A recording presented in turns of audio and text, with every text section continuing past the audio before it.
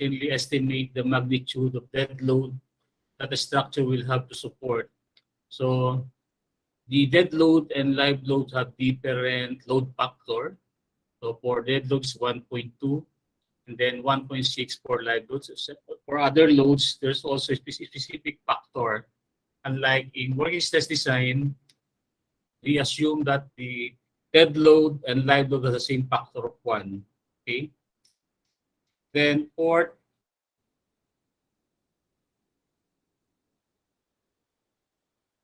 a structure designed by strength method will have more uniform safety factor against collapse throughout. So the strength method takes considerable advantage of higher strength steel, whereas the working stress design did only partly so. So the result is better economy for strength design. So that's why if you will notice on the old structure, the sizes of the columns and beams are bigger compared to the design ngayon. Okay? So the strength method, number 5, the strength method permits more flexible design that did the working stress design method. Okay? So that are the 5 advantages of strength design. So in ultimate strength design load combination, we have 7 load combination, okay, specified in the NSCP. So number 1 load combination is considering dead load alone. So meaning the self weight and the other loads of the structure. Ito yung mga permanent loads in the structure. So the factor ultimate load is 1.4 times dead load. Then with combination of dead load and live load or rain load, okay, second combination is 1.2 dead load plus 1.6 live load plus 0.5 LR or rain. So this LR is the roof load, okay, or rain loading.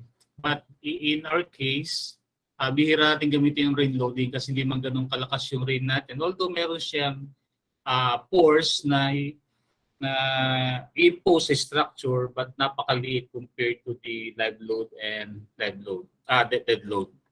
Then if you will notice also that in load combination number 2, the factor for roof live load is only 0.5. Kasi bibihira naman or very seldom na puno yung tao o puno ng tao yung bahay na merong gumagawa dun sa bubong.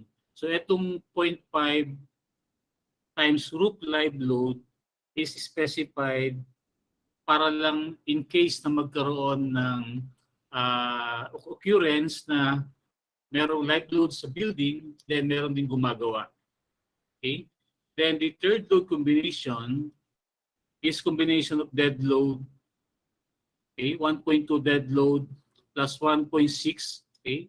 So this one LR or R plus 1.0 L or 0.5 W. So this one is combination of dead load, roof live load or rain, then plus 1.0 live load or 0.5 wind. Okay. Then the fourth combination is 1.2 dead load plus 1.0 wind plus 1.0 live load plus again 0.5 roof live load or rain loading. Then the fifth combination is the combination of 1.2 dead load, 1.0E plus 1.0 live load. Then the sixth combination is 0.9 dead load plus 1.0 wind. So here, if you will notice, the factor for dead load is 0.9. Kasi pag nag-design tayo ng building o nag-approximate tayo ng mga loadings, lahat ng load na nilagay natin for dead load is just an approximate. Hindi talaga siya yung actual loading ng building. Then, of course, ang check natin for load combination 6 is yung uplift. Yung uplift ng structure. So what will be the effect of the uplift considering the wind loading? Kaya makikita nyo, 0.9 lang siya kasi pag masyadong malaki o may factor pa yung dead load natin, hindi natin makukuha yung tamang uplift ng structure. Kasi di ba, ito yung structure natin. Okay? So ito bawa yung dead load niya. Yung wind loading, of course, is either upward or applied horizontally. So the effect will be, the tendency of this footing will be in tension. So pag tension to, may factor yung dead load mo, so maaari mag-cancel out lang yung, o lilit masyado yung uplift mo, hindi mo makuha yung tamang effect ng uplift sa structure. Saka another reason is yung dead load natin na specified on NSCP na ginagamit sa loading is conservative na yon. Ibig sabihin, mas malaki siya compared sa actual. Then, the load combination 7, 0.9 dead load and earthquake. So again, this is similar to load combination 6, wherein the earthquake, okay, the horizontal, okay, earthquake load will cause again tension on the foundation. So, i-verify natin kung ano yung effect ng pag nagkaroon ng tension dun sa structure natin.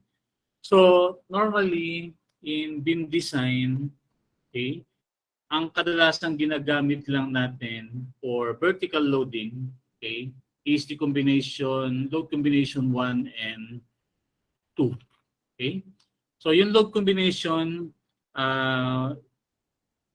considering earthquake, okay, ang portion na to, okay, nag-govern siya, pero ang effect niya, okay, is on the connection lang, dun sa mga ends. So sa beam column connection. Pero sa midspan ng beams, wala siyang effect. Okay?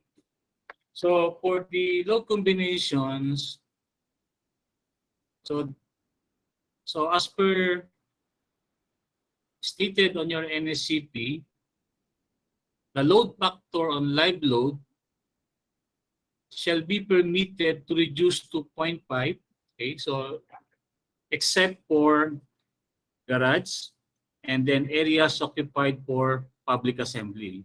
So yung live load kasi natin, ang assumption doon is, halimbawa sa isang room, ang live load natin is 2 kilopascal.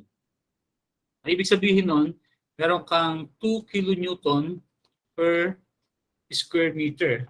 So ilan ba yung 2 kilonewton? So 2 kilonewton is 2,000 newton. So divide mo na 9.81, that's equivalent to 200 kilogram per square meter of live load. Halimbawa, meron tayong room. Let's say, pinakamalit na bedroom is 3 by 4.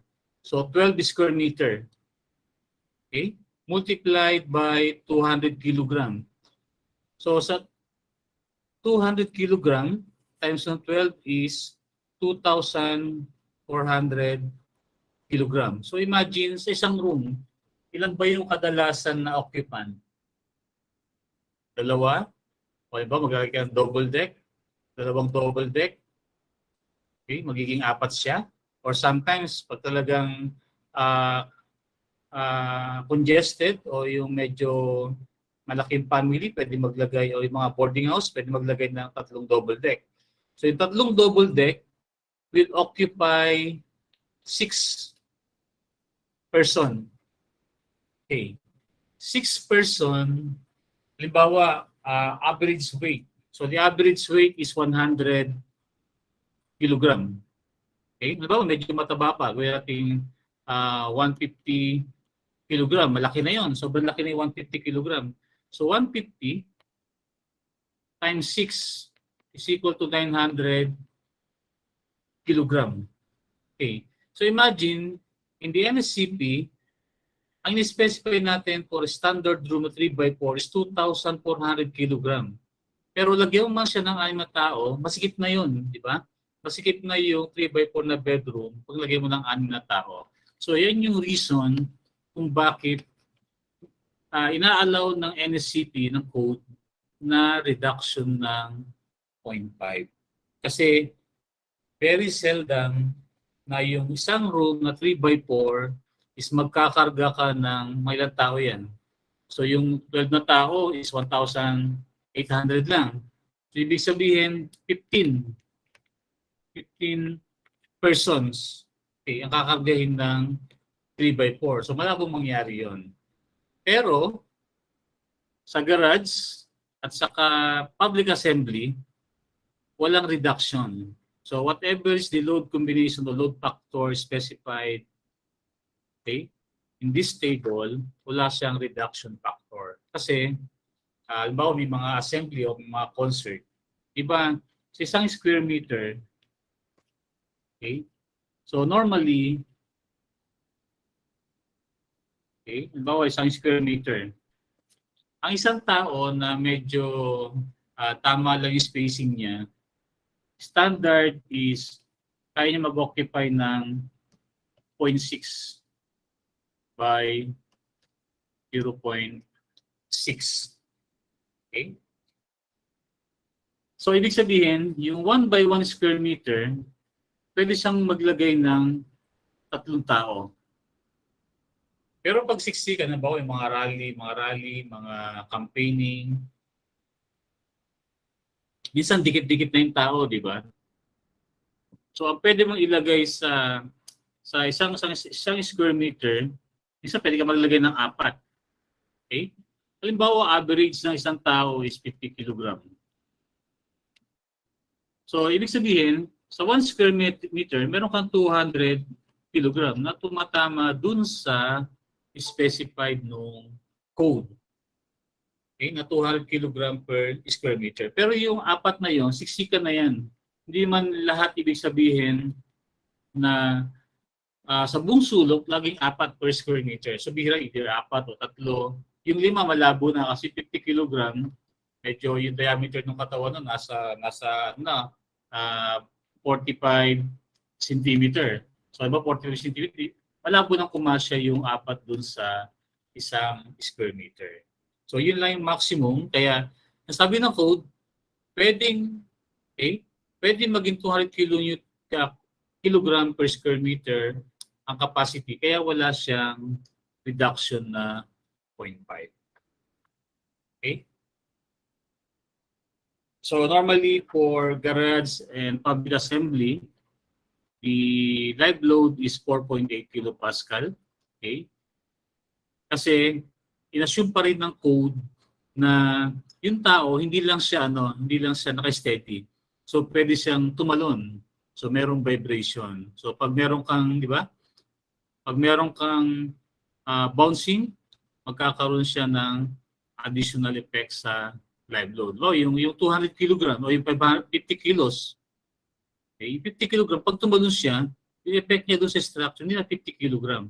Kasi meron na siyang acceleration. So, di ba? Meron siyang F equals mass times acceleration. So, pag mabilis yung pagtalon niya, mas malaki yung makicarrying live load ng structure.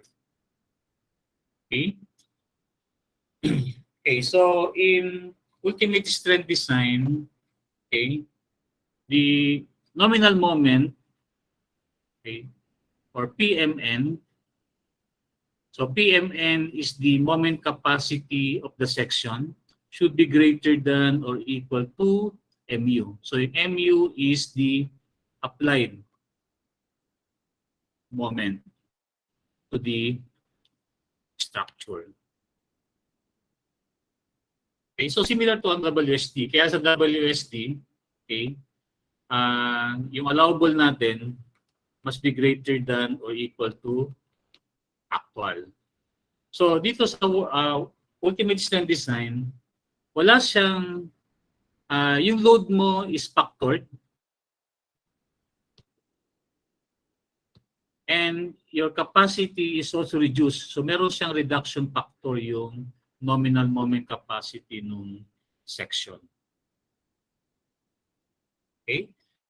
So the strength reduction factor P for moment and axial force or combined moment axial force, okay, So for design of beam, it depends on the strain.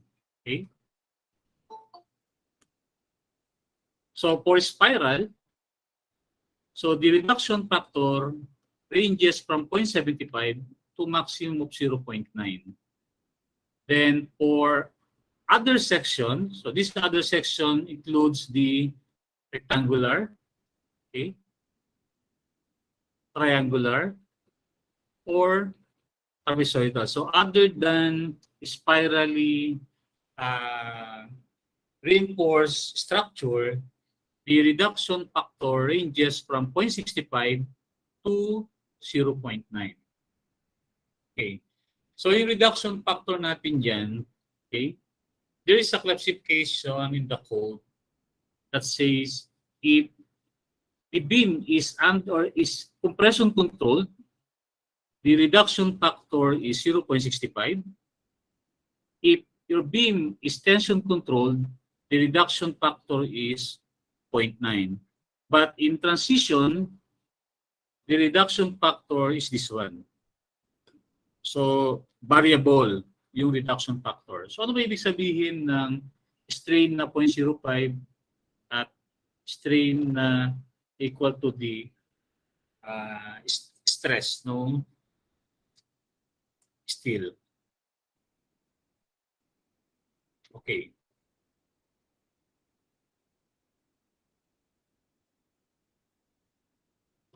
Okay. So, sa reinforced concrete design, meron tayong tinatawag na balance condition.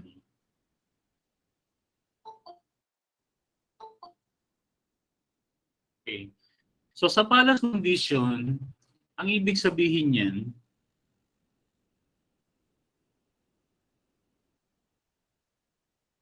yung concrete, natin niya yung maximum allowable strain. Okay, so the maximum allowable strain of concrete is 0.003. Then yung steel naman, natin niya yung ultimate strain niya. So the ultimate strain of the steel E is equal to Fy over E. So ibig sabihin, nag-fail simultaneously, okay? Simultaneous yung failure ng concrete at saka nung steel. Pero bibihirang mangyari yan. Okay?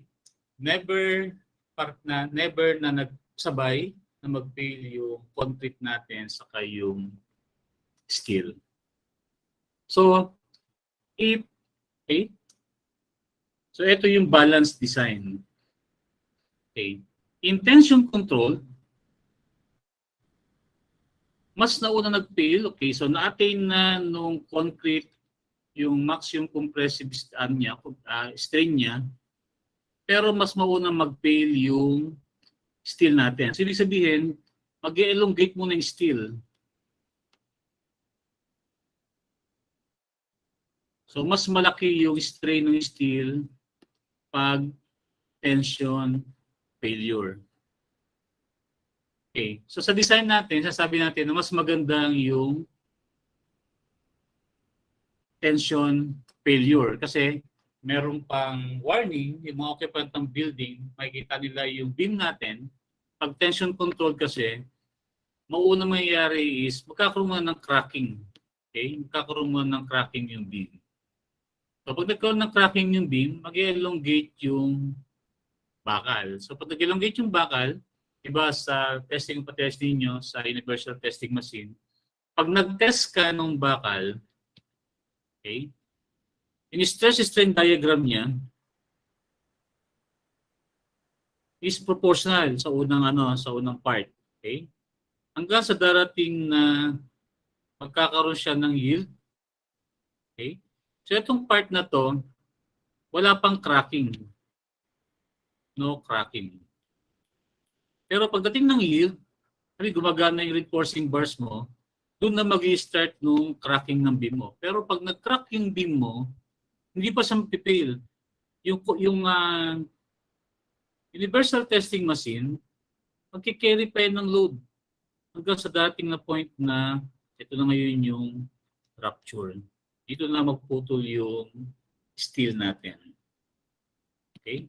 So, yung time nung elastic o no cracking hanggang sa rupture, mahaba pa yung time niya. So, enough pa, okay, to evacuate the occupant of the building para makalabas pa sila.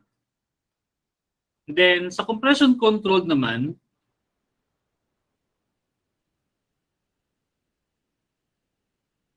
okay, sa compression control, yung strain ng steel, okay, is less than dun sa Fy over E o dun sa allowable, dun sa strain nung reinforcing bars. Ibig sabihin, yung graph niya is ganito. Mas maliit. Ito yung ease of A. So, pag mas maliit yung strain niya, okay, so ibig sabihin, nag-fail na yung concrete mo, pero yung bakal mo, hindi pa siya nag-yield. So, wala pang failure. So, pag yung concrete nag-fail, abrupt yun, di ba? Babagsak bigla yung structure natin. So, pag structure nag-crack, bawa dito, kasi normally ang cracking ng beam or simple supported beam, dito ang cracking. Pag nagkaroon ng crashing dito, okay, automatic babagsak na bigla yung structure natin. Di ba pag nag-test kayo sa nag-test kayo ng cylinder cube o cylinder na sa universal testing machine, yung cylinder, apply ng load, pero wala kang nakikitang changes, wala kang nakikitang crack. Pag nag-apply ka pa ng load hanggang sa failure, pag nag-crack siya, biglang bagsak na, di ba? Biglang bagsak na yung concrete natin. Kaya, yung reduction factor for compression control is smaller compared dun sa tension control. Imagine, almost 33%. Okay? 33% yung nawawala. Okay? Nawawalang strength na hindi pinapagamit ng code pag compression control ka. So, kaya akala ng iba, pag naglagay ka ng maraming bakal, mas safe yung structure mo. No. Mas delicate yung structure mo kasi pag nagkaroon ng failure, na-exceed ng structure yung ginagamit natin na earthquake load o kahit dead load, live load, na-exceed niya yon, bigla na lang babagsak yung structure mo. Okay? Then for transition, meaning the actual strain is greater than strain at yield, but less than 0.005. So for transition, okay, so varies yung reduction factor P mo. So depends on the actual strain. So depende dun sa kinarga mong bakal yung magiging reduction factor. Okay.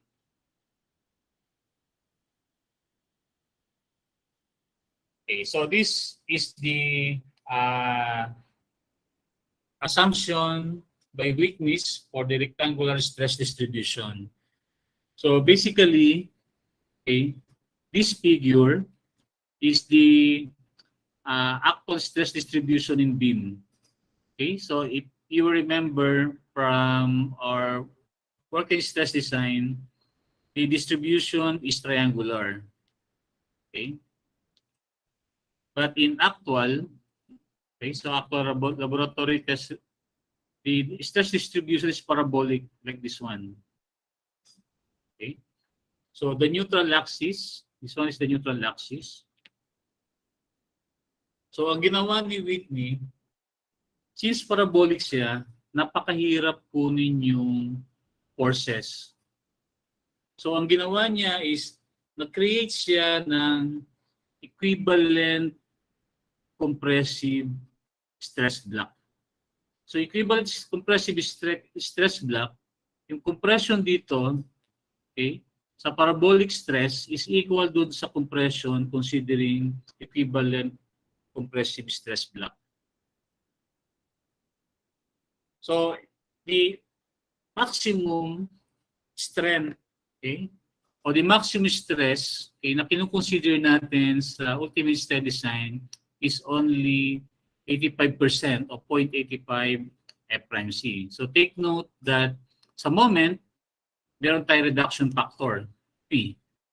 Second, dun sa compressive strength ng concrete, meron pa tayong another reduction factor na 0.85. So kung titigan natin, meron siyang 0.85. Tapos meron pa siyang 0.9. Ang total reduction natin is 0.765. So ibig sabihin, almost 25%.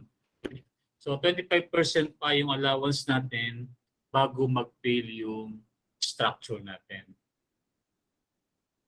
Kaya nga doon sa sa load combination, pinaktor natin ang 20% yung dead load, pero ni-reduce naman natin yung moment capacity niya by almost 25% reduction. So, in derivation of rectangular beam formula, so similar to working stress design, okay? So the summation forces horizontal equals 0. So the compression C is equal to 0.85 F'(C). So ito. So it is the volume. Okay? So the volume of stress block. So the volume is equal to 0.85 times the area. So the area is equal to the beam width multiplied by A. Okay, so by the way, yung neutral axis natin is same pa rin. So another factor to determine this A value, meron tayong reduction factor beta 1. So yung A natin is equal to beta 1 times the location of the neutral axis of the section. So by the way, discuss mamaya yung beta 1. So ganun din yung beta 1, variable yan, depends on the compressive strength of concrete.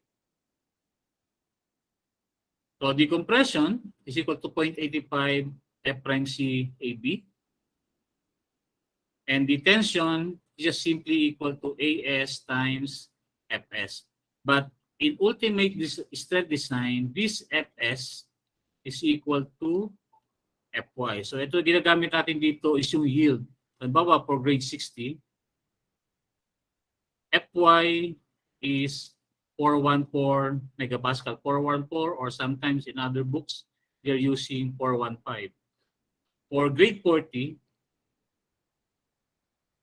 Fy is equal to 275 megapascal, or sometimes 276 megapascal.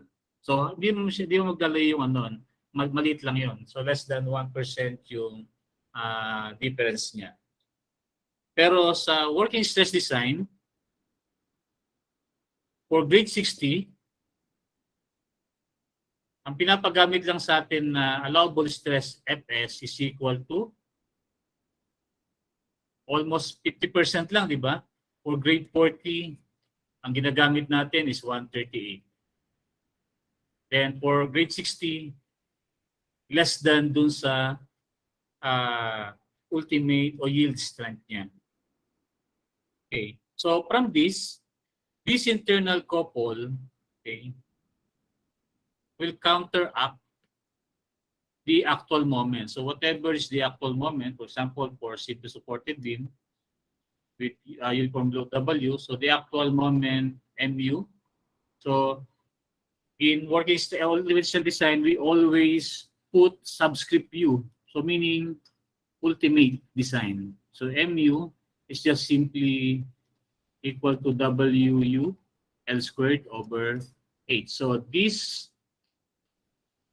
moment, actual moment carried by the structure, will be counteracted by this couple.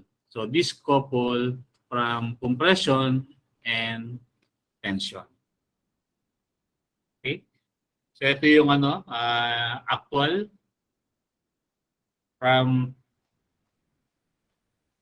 parabolic to equivalent rectangular stress block.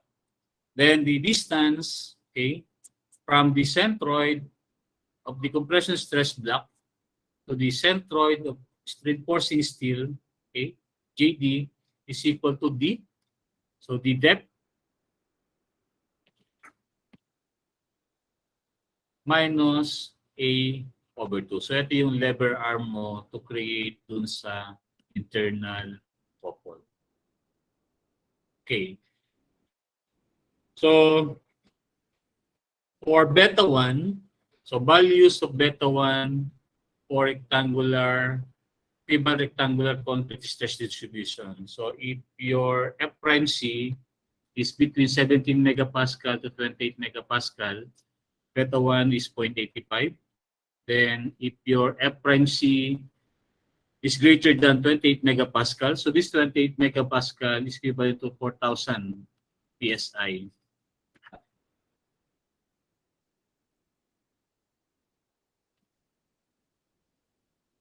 Then yung 17 megapascal is around approximately 2,500 PSI. So if your F prime C is greater than 28 megapascal to 55 megapascal, beta 1 is 0.85. So paki ano lang yung mga older CP, dapat ang 0.85 minus 0.85 minus 0.05 F prime C minus 28 over 7. So meaning in every 7 megapascal, okay, increase in your compressive strength, there is a reduction of 5%, okay? 5% of the compressive strength. So meaning habang tumataas yung strength natin, lumiliit naman yung value ng beta 1. Then for your F prime C is greater than or equal to 55 megapascal, your beta 1 is reduced by 0.65. So take note that here, the reinforced concrete or the concrete to be used in reinforced concrete should be at least 2,500 PSI. So otherwise, below 2,500, okay, is not not permitted to use by the code. Okay? So 2,500 dapat yung minimum strength nung concrete na gagamitin nyo sa reinforced concrete construction. Kasi below 2,500, the derived formula for ultimate strength design is no longer applicable. Okay? So yung 55 megapascal is around 8,000 PSI. But in some projects in high-rise construction, meron na nagagawang 10,000 PSI na concrete. So this one is still applicable kasi greater than 8,000 PSI, the value of beta 1 is 0.65. Kaya lang 10,000 PSI na to, medyo mahirap na yung flow ng concrete. Masyado na siyang malapot. So kung hindi maganda yung gagamitin yung concrete, maaari siyang during pouring, babara dun sa pipe. Or sometimes yung setting niya masyadong mabilis. Pero meron pa rin parang doon, ginagamitan siya ng retarder. So may mga admixture tayo sa concrete para pang retarding nung setting. Okay? So this one, so ito yung discuss ko kanina na, okay, tension controlled.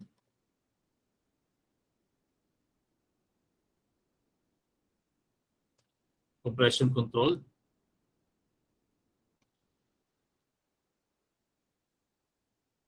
Okay, and balance condition. So sometimes in some other books, they call the tension controlled as under-reinforced and compression controlled as over-reinforced. So take note na okay malilito sa under-reinforced saka under design. Okay?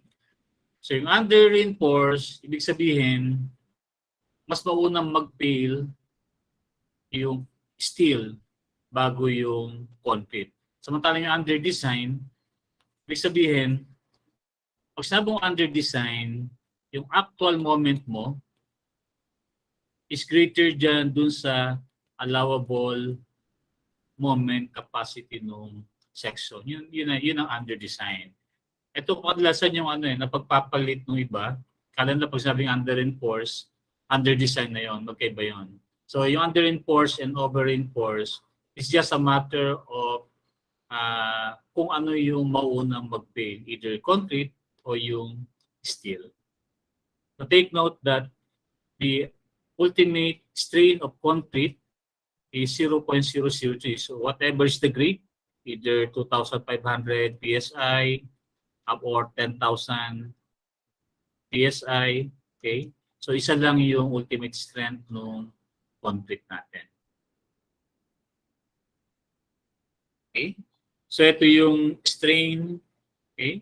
So as per code requirement, okay, at least a good design, a good beam, okay, should have at least tensile strain of 0.005. Kaya makita niyo dito, pag 0.005 yung strain mo, okay, automatically 0.9 yung reduction factor mo sa moment. Ito yung balance condition. Okay? So ito yung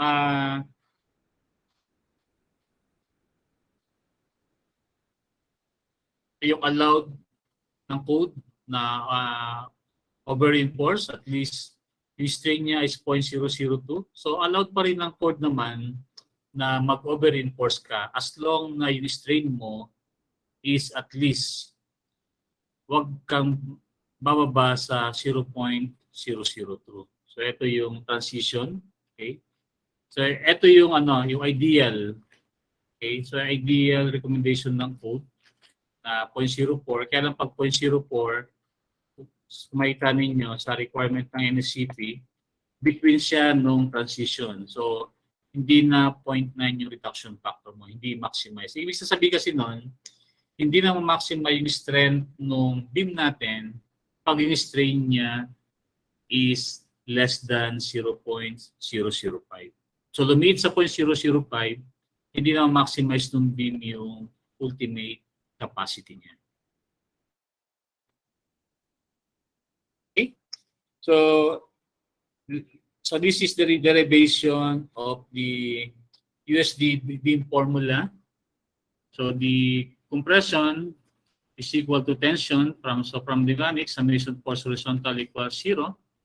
C is equal to the tension. So the compression is equal to the volume of the rectangular stress block, which is equal to 0.85 F prime C, okay, times the area. So the area is A times B. So yun yung width ng beam natin. So this is equal to tension, which is equal to AS times Fy. So from that, we can solve the value of A. So the value of A, okay, or the equivalent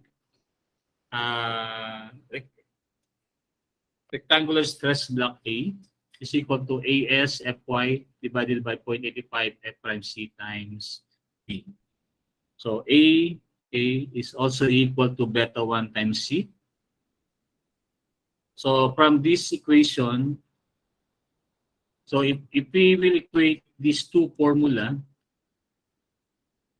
so beta 1C is also equal to ASFY divided by 0.85 F prime C B, or C is just simply equal to ASFY. Okay, so from this formula, so bring this to the other side. So ASFY divided by 0.85 F prime C B times beta 1. Okay. So for tension control, okay, as per code recommendation, E sub y is 0.005 in order that the P or the reduction factor is equal to 0.9. So ito yung ginamit ko na derivation para pag nag-derive ako nung dimension ng beam, okay, since ang basis ko is yung code requirement na 0.005 in order to have reduction factor of 0.9, so sa madi-derive nating formula, sigurado tayo na laging makuha natin P is 0.90. Okay? So the maximum usable strain, okay, of the concrete is 0.003. So using these two strain, okay, from strain diagram, okay, so by similar triangle, so this triangle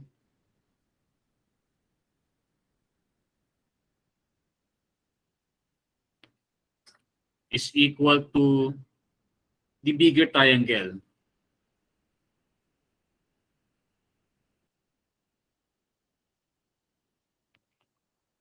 So, extend lang natin to. So, gagawa tayo ng parallel line to extend. Okay. So, this one. So, this one.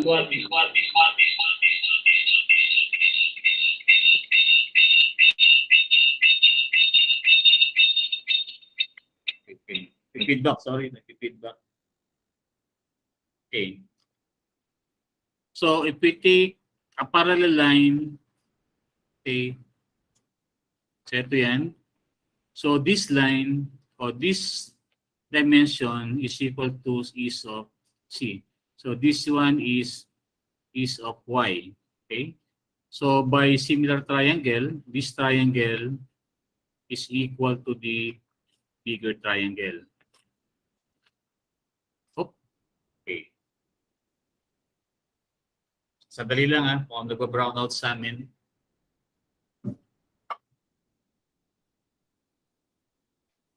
Okay. So, by similar triangle, so C, so this dimension, okay, this side is ratio to this side, in bigger side. So, C over D is equal to the EC divided by EC plus EY. Okay?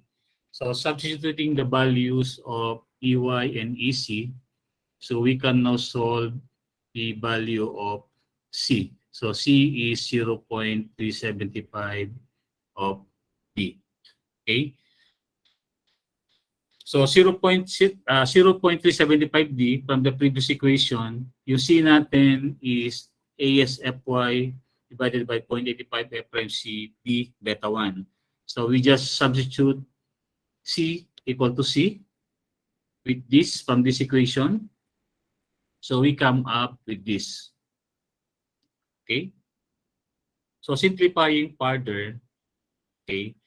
So, we know that if we take rho as the ratio of steel to the area of concrete, so rho is equal to AS divided by BD. So we can say that AS is equal to rho BD. So substituting AS in this equation, okay, so we have this one. So rho BD is equivalent to AS. Okay, then our aim here is to determine the rho for 0.05 strain of steel. Okay. So from this equation, okay, so we will factor out rho. So rho will be 0.375 times 0.85 beta 1 F prime C over Fy. Or simplifying further this equation, this will give rho 0.005 equal to 0.31875 beta 1 F prime C Fy. So ito ngayon yung derived formula for maximum steel ratio for tension controlled section. So this formula, sigurado tayo na i-design nating section is tension control. Okay? So again, the ultimate moment capacity, PMN, must be greater than or equal to mu. So from this couple, if we take moment on the compression side, okay, so the nominal moment Mn, okay, is equal to T times the lever arm Z. So T is equal to ASFY times the lever arm is D. Okay. So ito yung D natin. Minus A over 2. Since the centroid of the compression is at A over 2, so the lever arm Z is just simply D minus A over 2. Okay. So from that, we can come up with this equation. So where A is equal to ASFY 0.85 F prime C. So ito yung equivalent rectangular stress block. So if we substitute this value A in this equation, so magiging natin, Mn natin is equal to ASFY times D minus ASFY divided by 1.7 F prime C B. Then substituting AS is equal to rho BD in this equation. So this equation will further, okay, reduce to this one. So considering only the rho. So simplifying further, so we come up with this equation. So Mn is equal to rho BD squared Fy times 1 minus 0.59 rho Fy divided by F prime C. So taking this, okay,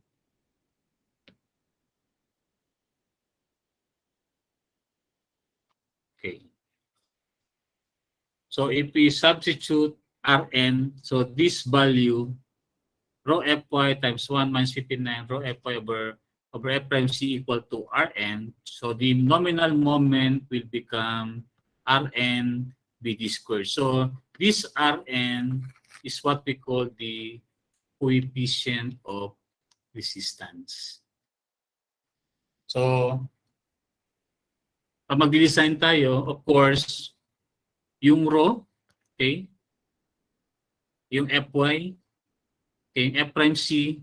So yung Fy and F prime C is always given. So yan yung mga materials strength. Okay? So yung rho natin, yan yung steel ratio na pwedeng gamitin natin as required by code. So sabi natin, di ba, installation natin ranges from 0.002 to 0.005. So 0.002 is the limit for compression control. 0.005 is the limit for tension control. So if we take the derived formula for rho 0.005, yung value kanina. Okay, so itong rho na to, if we substitute, kasi ang aim natin dito is to come up with the formula na ang unknown lang is D and D. So from this equation, Rn can be solved. Mn can be equated to the actual moment. So Pmn must be greater than or equal to mm. Or we can say that Pmn is equal to mu. So if we substitute this mu equal to Pmn, so magkakaroon siya ng P dito, magkakaroon siya ng P. So pares lang. So mangyayari ngayon, yung mu natin, okay,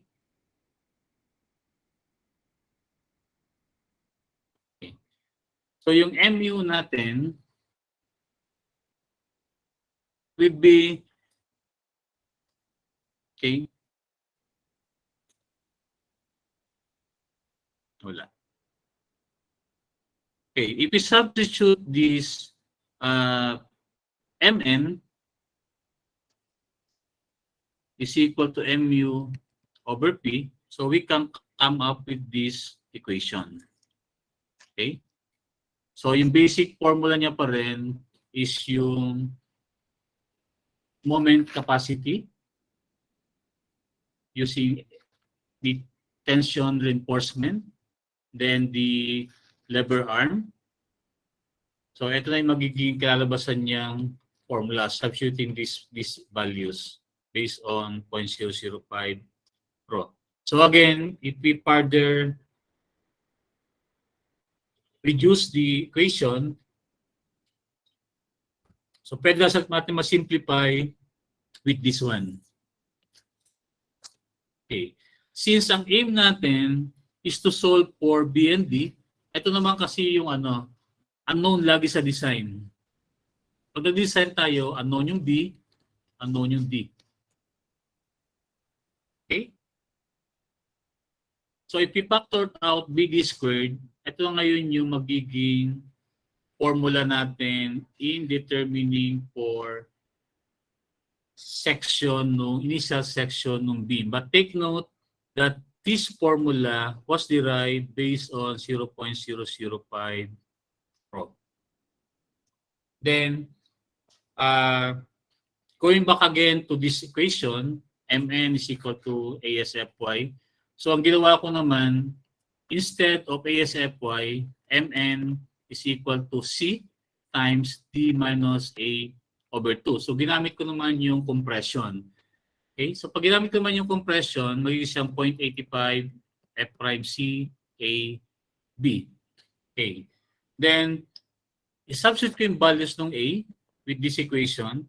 So lalabas ngayon para makuha ko yung area of steel, makakapag-derive tayo sa ganitong formula sa AS.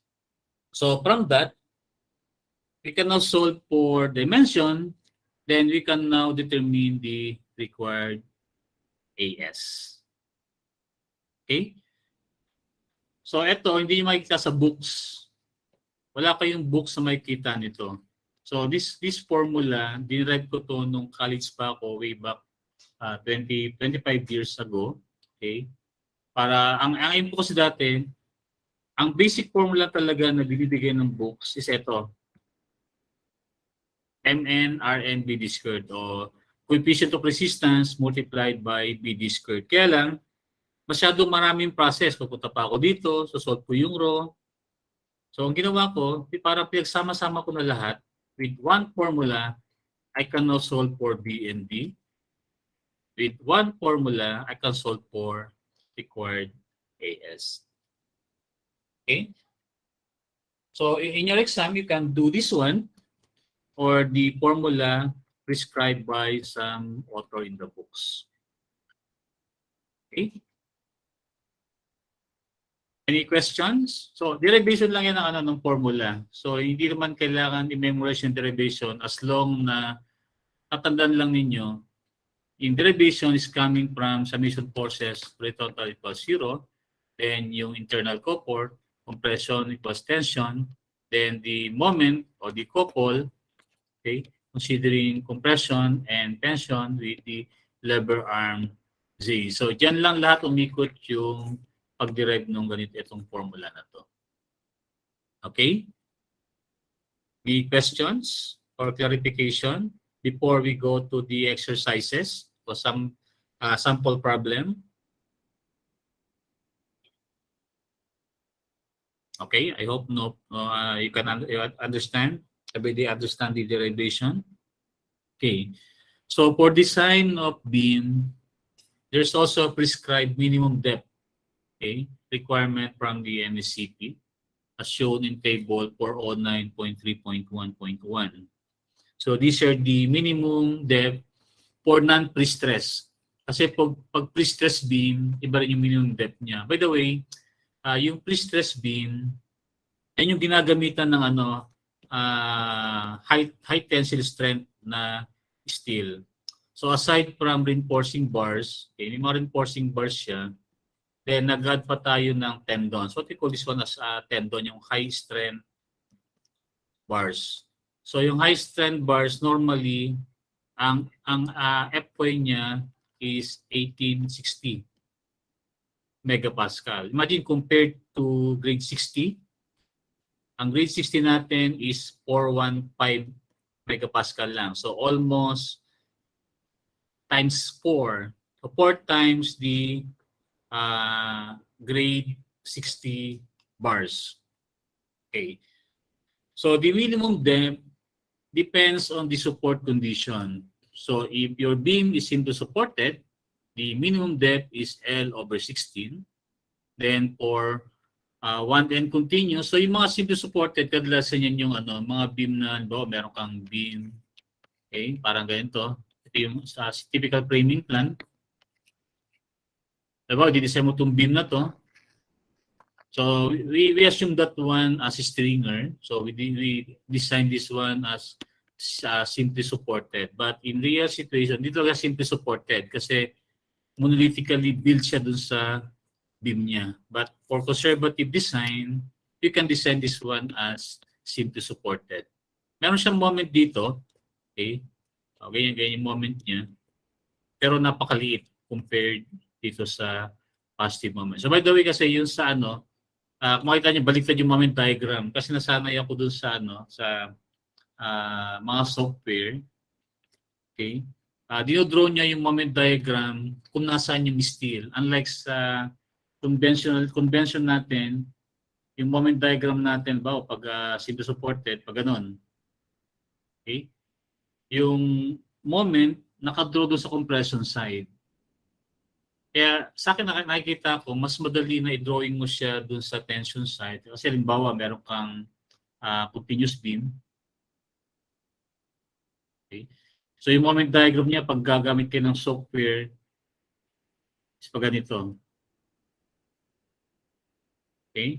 Ang advantage nito, automatically, hindi kayo malilito kasi pag nasan nakalagay yung moment diagram, doon kayo maglalagay nung reinforcing bars. Bawa dito, sa continuous beam, sa midspan, andito yung bakal natin. Pero support, andito yung bakal natin. Kung saan yung location ng diagram. Okay. So, for one end continuous, so ito yung one end continuous, yun yung case na framing plan. Okay. Ayan. So, itong beam na to, one end continuous lang siya. So, itong beam na to, continuous siya sa one end, pero yung other end is continuous. So, the minimum depth H, okay, or minimum height, okay, minimum height of the beam is L over 18. Then, for both end continuous, so yung both end continuous, okay, so halimbawa, didesign natin itong beam na to, so yung isang end na to, meron siyang continuity. Kaya tawag siyang both end continuous. The minimum height or minimum depth is L over 21. Then for cantilever, so kung bawa ito, meron tayong cantilever beam dito. Okay. So cantilever beam, consider this one as cantilever beam.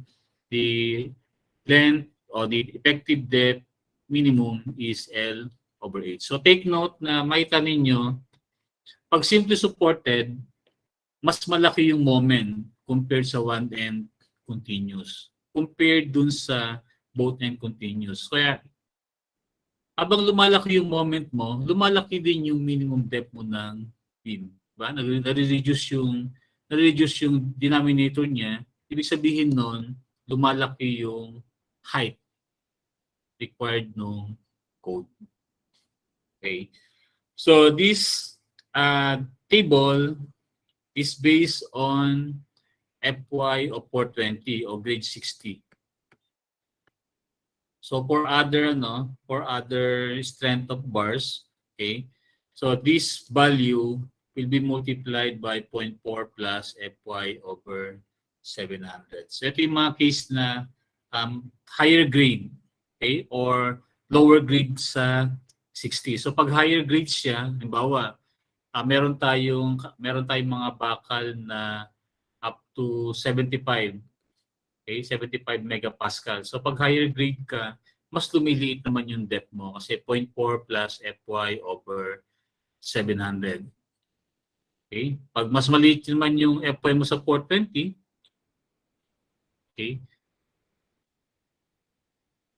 magbabago din yung minimum height mo ng,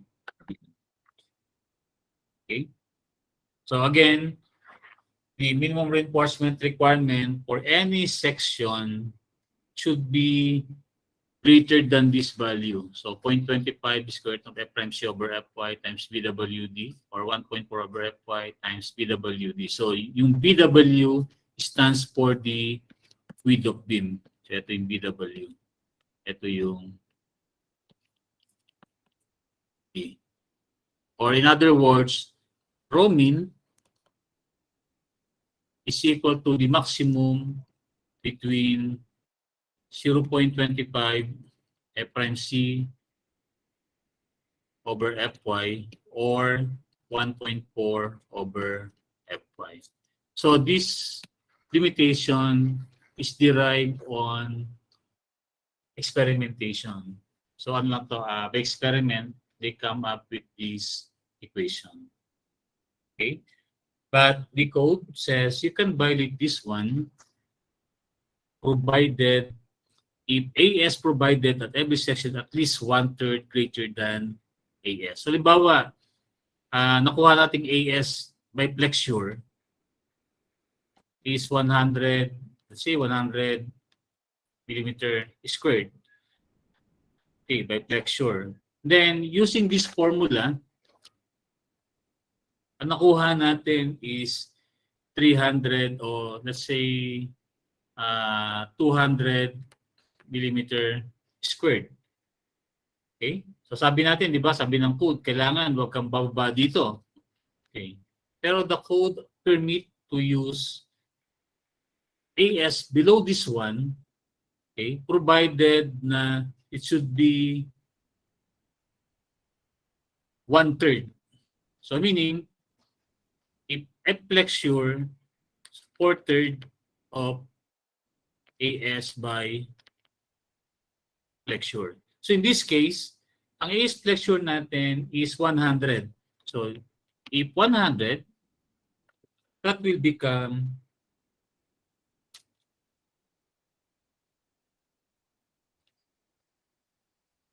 133.3 millimeter squared. So 4/3 of AS flexure is still less than this 200 millimeter, but the code permitted to use this one as long na it should be 33% greater than AS flexure. So you can violate this one. Ang safeguard lang naman kasi ng code dito is to prevent cracking. Okay? So to prevent cracking ng beams natin. So at least maglagay tayo ng minimum reinforcement para at least yung beam natin, although hindi siya babagsak, kaya lang, siyempre pag nagkaroon ng cracking, matatakot yung mga tao. So psychological effect, hindi siya babagsak pero magkakaroon na siya ng cracking. At the same time, architecturally, hindi siya magandang tignan. Okay? And aside from this minimum reinforcement, okay, of course, we need also to check. Okay? So after nakuha natin yung B, nakuha natin yung D, nakuha natin yung AS. So again, check pa rin natin kung kasya ba yung bakal doon sa i-specify mong B. Na dapat, okay, dapat susundin natin yung minimum requirement ng code na 25 mm diameter of bar or 1 1/3 ng aggregate. So at least dapat ito, okay, yung required or prescribed minimum clear distance between bars should be satisfied. Okay? Any questions? Okay. So let's go to this sample problem. Okay. Determine the moment capacity of the beam shown considering 28 megapascal concrete and grade 60 reinforcing bars. Okay. So first, okay, the moment capacity PMN, okay, is equal to P AS Fy times D minus A over 2. Okay, so ito yung derived from the internal couple. So from here, what we need is effective depth. Of course, Fy is given and the A. So from the previous equation, we know that A is equal to AS Fy divided by 0.85 F prime C B. Okay, we can solve for A. So A is equal to, so the area of tension reinforcement, so the area of 428, 4 times the area of 28 millimeter diameter bars, times Fy. So for grade 60, Fy is equal to 414 megapascal. So in exam, you can use either 414 or 415. It doesn't matter. Okay? So 414. Nasanay lang kasi minsan na, na 414 yung ginagamit ko sa design. Divided by 0.85. So F prime C is 28 times B. So B is 375. So this will give a value of A equal to 114.25 millimeter. What does it mean? So ibig sabihin, yung compression block natin from total height of 675, the utilized compression block is only 114 millimeters. So napakaliit. Ito lang siya. Ito yung 114. 114.25 millimeter. So ibig sabihin yan, yung concrete below this line is not used in the design. It contributes in the strength, but additional factor of safety lang siya, di ba? Although meron siyang, itong part na to, below the neutral axis is tension, okay? We neglect the tensile capacity of concrete. That's additional factor of safety. Okay? Kaya nga pag nakita kayo ng beam na nag-crack, okay? Baka merong beam. Meron isang beam. Nag-crack. So wag kayong biglang natatakot. Kasi cracking of beam shows only that the design is tension controlled. Okay? So pag mag-investigate kayo, bawa yung crack niya, bawa itong beam na to, 675. Okay, ito 675. Nag-crack siya. Ang crack niya 300 mm. Is it a failure? Not yet, di ba?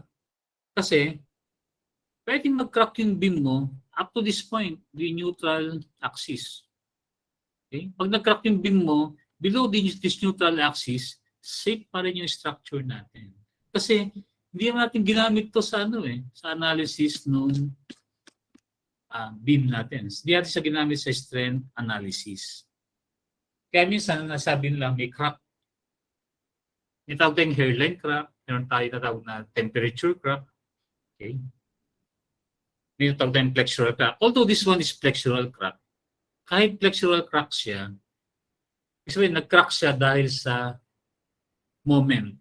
Although flexural crack siya, pero hindi siya umabot doon sa neutral axis, is still safe. Okay? Yung lagi natin dyan, laging safe pa yun. Kaya ang ginagawa lang dyan, ina-epoxy lang yan. Okay? Nagamitan mo na epoxy para mag-close lang yung crack. Ano ba purpose ng epoxy? Ang purpose lang ng epoxy, hindi para patibayin mo yung beam natin, but the only purpose is, pag may crack yan, there's a tendency na pag umulan, papasok yung tubig. Pag pumasok yung tubig, pwedeng kalawangin yung bakal natin. So, nalagyan natin yung epoxy is to protect the bars from corrosion.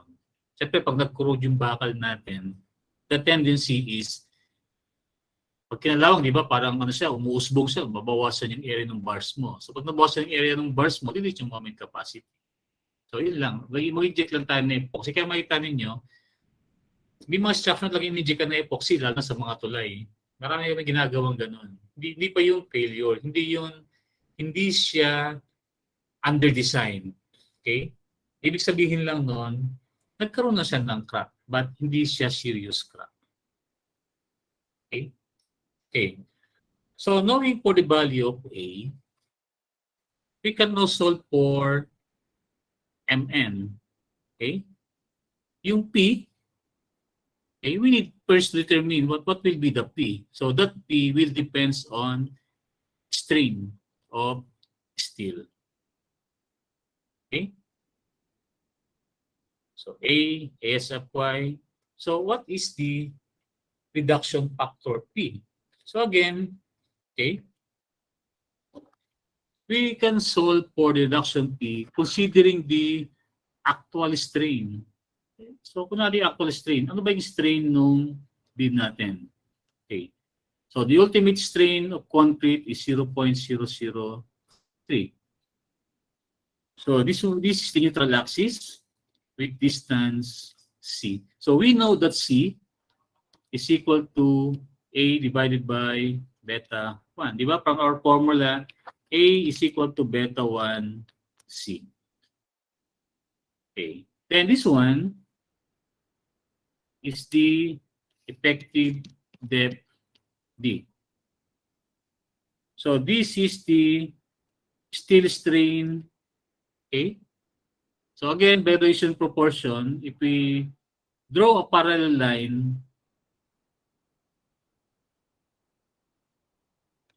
okay, we can solve ES by ratio and proportion. So if this is ES, this one is also 0.03.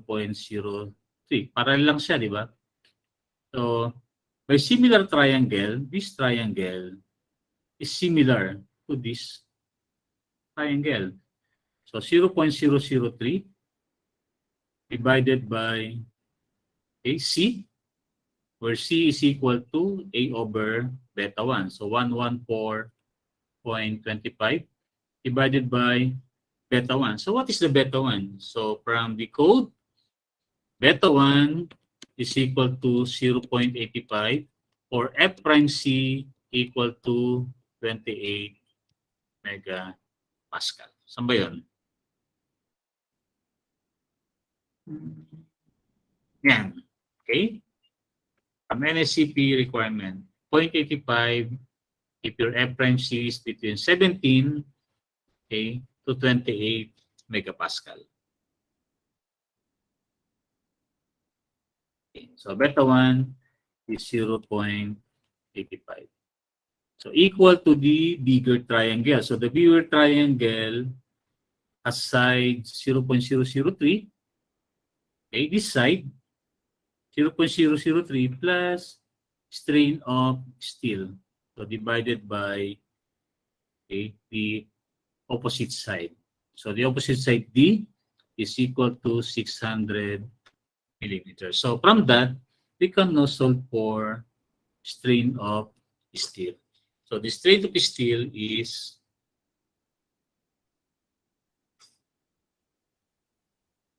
0.0104.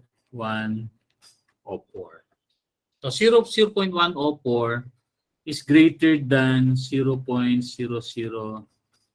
So therefore, okay, from the requirement of the code, if your strain,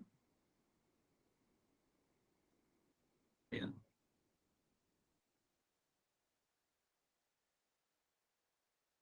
okay, if your strain is greater than or equal to 0.005, reduction factor P is 0.9. Okay, so therefore, P is 0.9.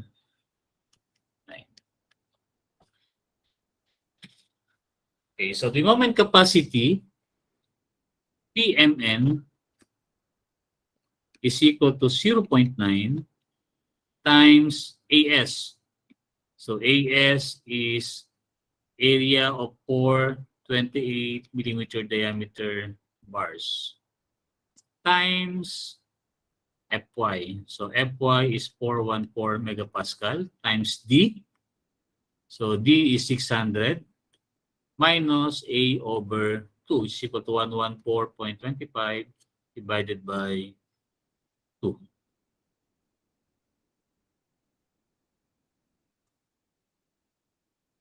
So this will give a value of Mn of 544.095 times 10 to the 6 Newton millimeter, or just simply equal to 544.095 kilonewton meter. So dapat yung beam o yung ultimate moment na i-carry ng beam na to should be less than or equal to 544 kilonewton. So beyond that, okay, hindi nakakayanin ng beam. So the tendency is the beam will collapse. Okay? Any questions? So clear for everybody?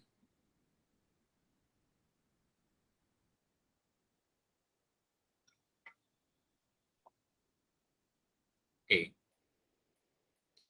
Okay, so one more problem.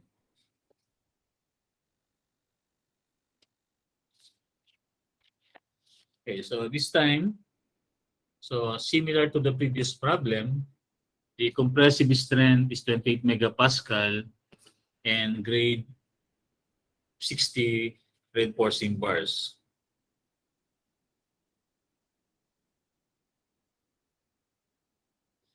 Okay. So similar to the previous problem, doon ulit gagawin natin. Okay? Yung PMN is equal to PAS Fy times D minus A over 2. So ito lagi yung basic equation in determining for the moment capacity dissection. Okay, again, yung A is equal to AS Fy divided by 0.85 F prime C B.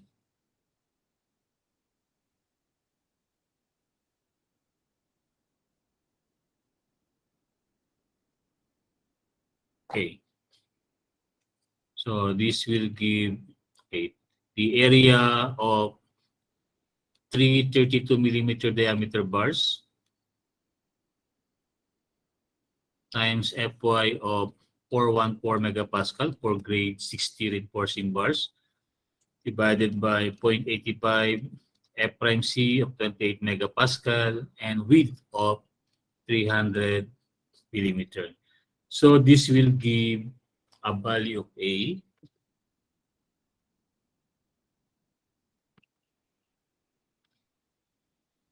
of 139.9 millimeter. So ito lang yung compression niya. So kung ito 375, so approximately 1/3. Okay? So 1/3 lang siya nung 375. So approximately dito siya. So ito yung compression portion. Okay? So ito yung compression part ng beam that will carry the compression forces. Okay. Then what else? P. So P again, okay, we need to solve your P considering the strain diagram. So from strain diagram, the ultimate strain of concrete, so I repeat that for any type of concrete strength, any F prime C, the strain is always 0.003. Okay. So this one is C, which is equal to A over beta 1. Again, For 28 megapascal, beta 1 is 0.85. So this will give a value of 139.90 divided by 0.85, or just simply 139, 164.88 millimeter. Then this one, strain of steel. So again, we project parallel lines. Okay. So this one is 0.003. Then this distance is equal to D. This is equal to 375 millimeter. So again, by ratio in proportion, okay, E sub S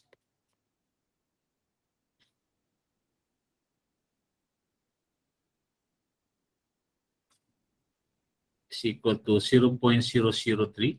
Okay.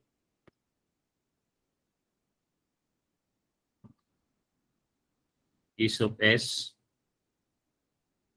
plus 0.003 divided by D, the bigger triangle, is in ratio with the smaller triangle, 0.003 divided by 164.88. So in determining for strain, you can interchange this yung denominator and numerator, as long na dapat ang compare nyo lang, okay, adjacent to adjacent, okay, divided by opposite, natin to. Wala.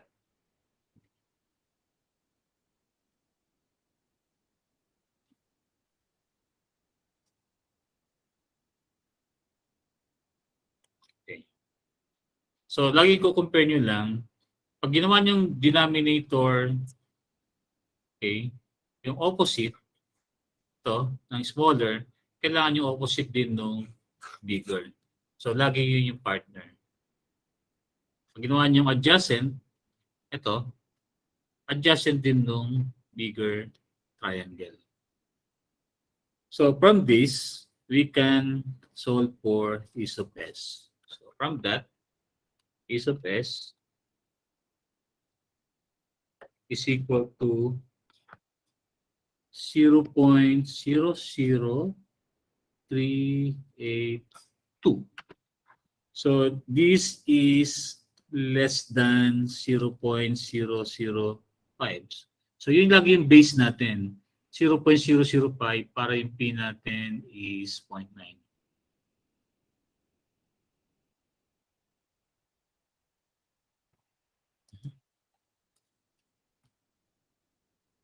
Okay.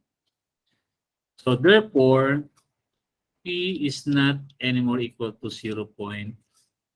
So meron tayong formula for P. So ibig sabihin hindi siya tension control.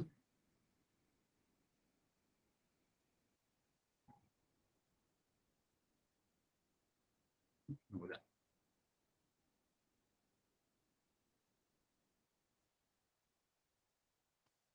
Okay. Hindi siya tension control kasi less than 0.005. How about compression control? So,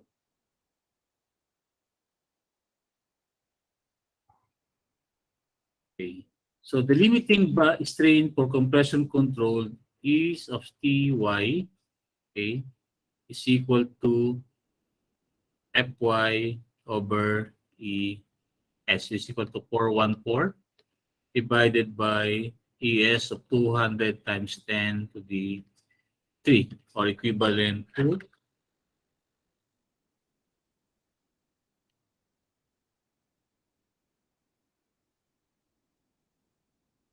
0.0207.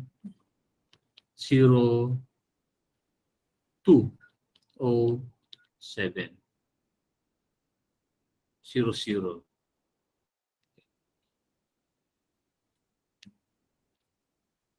0.00207. So E sub S is less than 0.005, okay, but greater than 0.00207. So ibig sabihin, nandun siya sa transition zone. So for transition zone,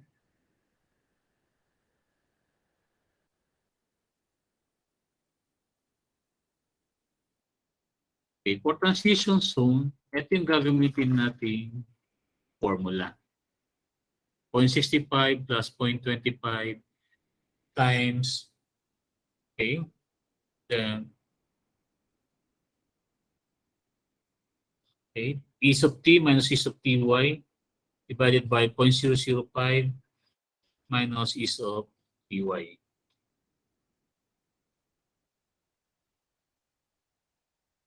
Okay, so therefore, P is equal to 0.65 plus 0.25 multiplied by E sub t minus E sub ty divided by 0.005 minus E sub ty. Okay, so we just substitute the values. So P is equal to 0.65 plus 0.25 multiplied by E sub t is 0.00382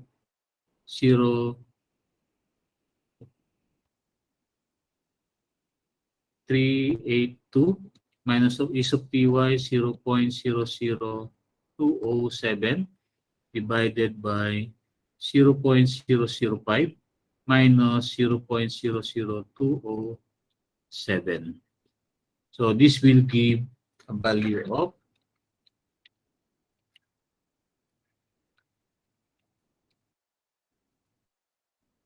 0.799.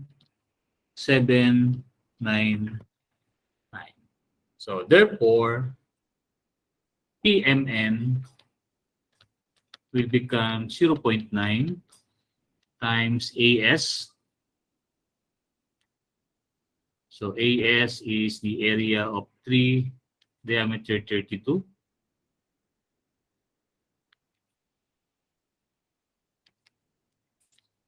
Times FY of 414 times D. So D is 375 minus A over 2.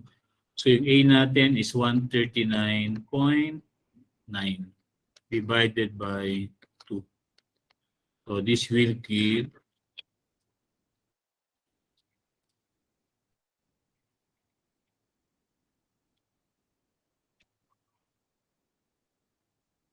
okay, so this will give a value of 243.46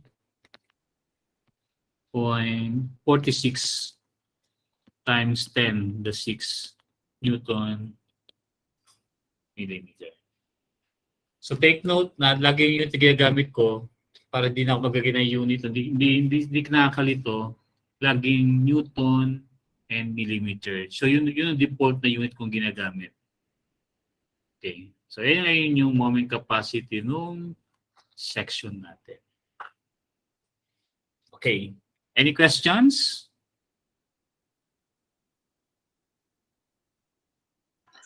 Hello po, sir. Yes. Sir po, nag-cut lang po sa akin. Bakit po ulit naging 0.9 yung fee imbes na 0.79? Okay. Mali pala. Ang ginamit natin, okay, 0.799 pala. Okay. Tama yun. Mali na ilagay ko.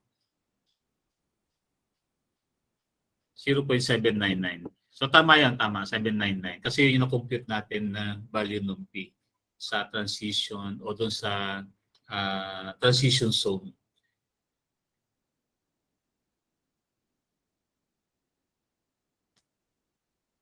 So yan yung effect nung masyadong maraming backup na nilalagay. Lumiliit yung capacity ng section. So imagine from 0.9 to 0.8. So nabawasan ka na agad ng 10% na reduction. Na-reduce ng 10% yung bakal mo. Okay? So some more questions before we go to the double reinforce. I think before we go to double reinforce, gawa tayo sa example ng design. Kasi itong ginawa natin is investigation. So very easy lang siya. Just substitute the values on the derived formula. Kunin mo lang, makuha mo lang yung A, makuha mo yung P, masolve mo na agad yung MN. Okay, gawa tayo ng problem na design.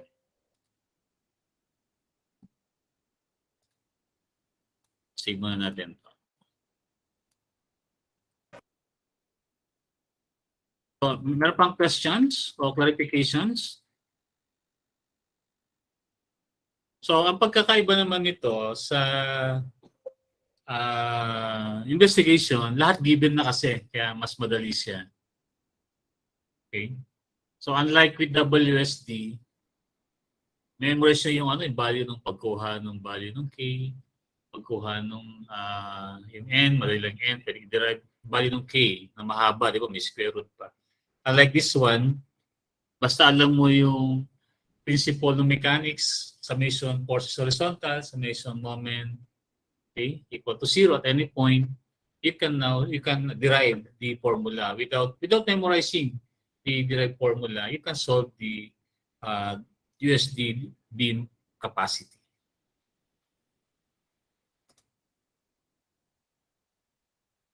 Okay, kuha tayo ng problem na design before we go to rectangular double reinforced beam.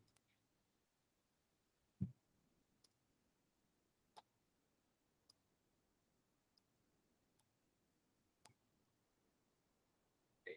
Medyo mahaba kasi yung design compared sa analysis. Okay.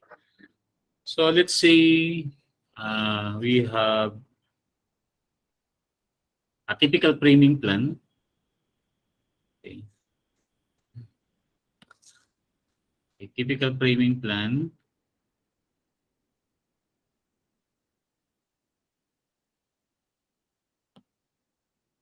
Small siya, small structure.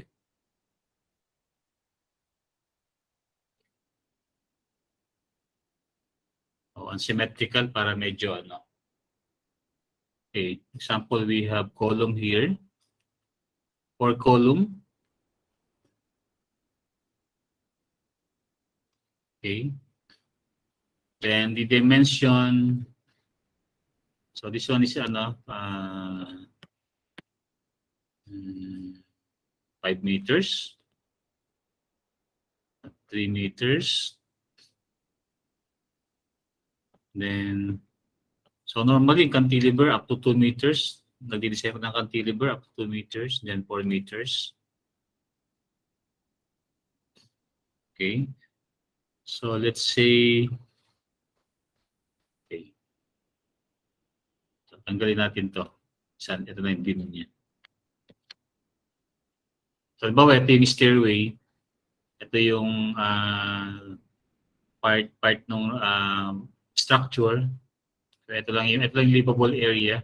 Stairway to kunyari. Hindi. Buuin na natin para buuin na natin.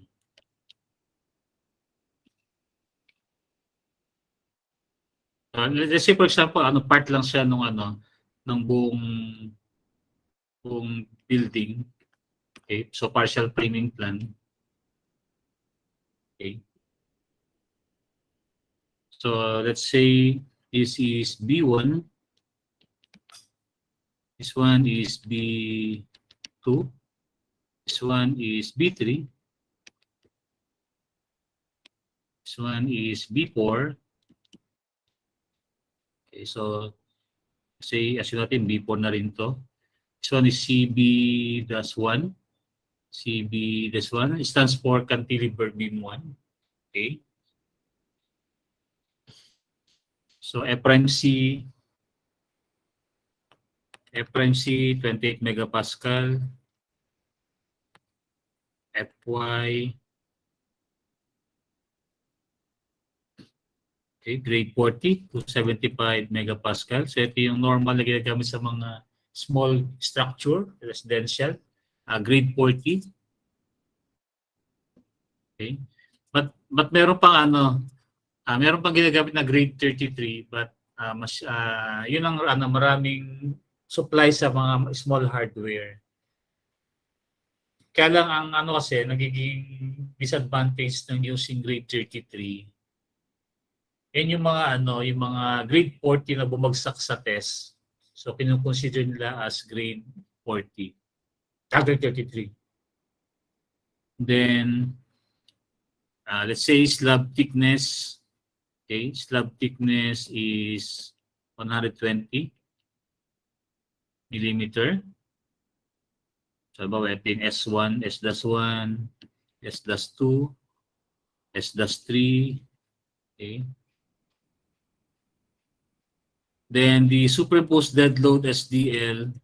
So, the superimposed dead load composed of the wearing mga tiles, waterproofing, kung may waterproofing, mga nakasabit sa slab, yung mga electrical, mga plumbing kung meron. Let's say 1.5 kilopascal or 1.5 kilonewton per meter square. Then live load, hindi siya ordinary residential. So we say that the live load is 2.9 kilopascal. Okay. Then using 25 millimeter diameter bars. So normally for small structure, either 25 or 16 yung ginagamit. Okay? So since this one is mahaba na siya, you can still use 16. But the problem will be, if 16, baka masyadong maraming bakal yung lumabas, o maging congested yung beam natin. Okay? Then, pang kailangan natin, okay? So, BND. So, normally, pag nag-design ka, walang either ibigay mo yung beam mo, okay? Yung beam natin kasi, the dimensions are unknown. So, yung B and H. So, normally, ang ginagawa natin ay mag-assume tayo ng B or gagawa tayo ng ratio ng B and D. So, normally kasi, yung ratio ng B and D, yung D is equal, ranges from 1.5 to 2.5 B. So, yun yung optimal. Okay? Optimal size ng proportion ng beam natin. So, let's say, assume that your B is equal to, let's say, 2. Your D pala. Your D is 2.5 of B. Okay, ano pang kailangan natin? Okay, so since this one is frame, okay, so let's say we assume, okay, to simplify the analysis, assume simply supported. Just to simplify the analysis kasi hindi man talaga sa simple supported but hindi rin siya 100% fixed. In computer software, you can solve the moment of the framing plan. So what else? So yun lang, di ba? Yan yung normal na given pag magdi-design ka, loadings, material strength. Okay, so ito assumption lang to na simple supported for simplicity para mabilis lang yung natin, design natin. Okay, so let's say we are tasked to design a complicated beam. Ito, B1. Okay. Mas complicated siya. So, design of B+1. So, beam B1. Kaya sa complicated kasi meron siyang loading coming from cantilever. Meron siyang loading coming from slab S1, slab S2, Then at the same time, meron siyang loading coming from B2 reaction. So also assume, okay, assume yung B2 to be simply supported. Okay? Okay. So, in design problem, of course, first is to determine the moment. Okay? So, before you can solve for the moment, of course, you should know how to determine the loading of the beam. Paano ba load yung cantilever, yung slab? Okay? So, for monolithic construction or for two-way slab, okay, the distribution of loading is triangular and trapezoidal. So, for example, for this beam, okay, the cantilever, okay, is considered as one way. Okay, kasi yung S over L niya, ito yung S niya. Okay, S over L is less than 0.5. Kasi 2 divided by 8 is 0.25, so less than 0.5. So the loading will be carried solely by the B1. So all loads, okay, all loads of the cantilever portion will be carried by slab. Okay? Then for S1, okay, so ito yung short direction, ito yung long direction. So for S1, portion of S1, okay, will be carried, okay, magdodraw lang kayo ng 45 degrees triangle. So portion of S1, this trapezoidal portion will be carried by B1. So all this one, okay, B1. All this one will be carried by B1, all cantilever. Natin.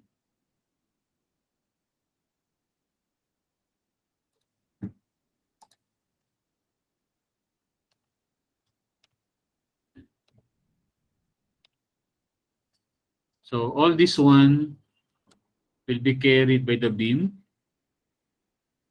B1.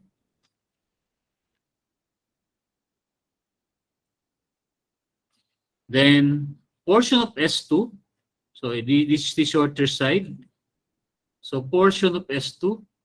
So the loading will be shared by this, okay, triangle and rectangle, triangle and trapezoidal. So this triangular loading will be carried by B1. Then for B2, so B2 is supported by B1. So there will be a reaction coming from B1. Okay, so this B2 will carry, okay, triangular loading on the left side and trapezoidal loading on the other side or the right side. Okay. So ito ngayon yung kakargahin nung beam natin. Itong load na to, itong load na to, itong load na to. Okay. So yan yung kakargahin nung B1 natin. Plus, okay, the reaction coming from B2. So in other words, this B1, okay, so assuming simply supported, 3, okay, ito yung hati niya kunyari. So assuming simply supported, will carry a uniform load due to its weight. Okay, meron siyang self-weight.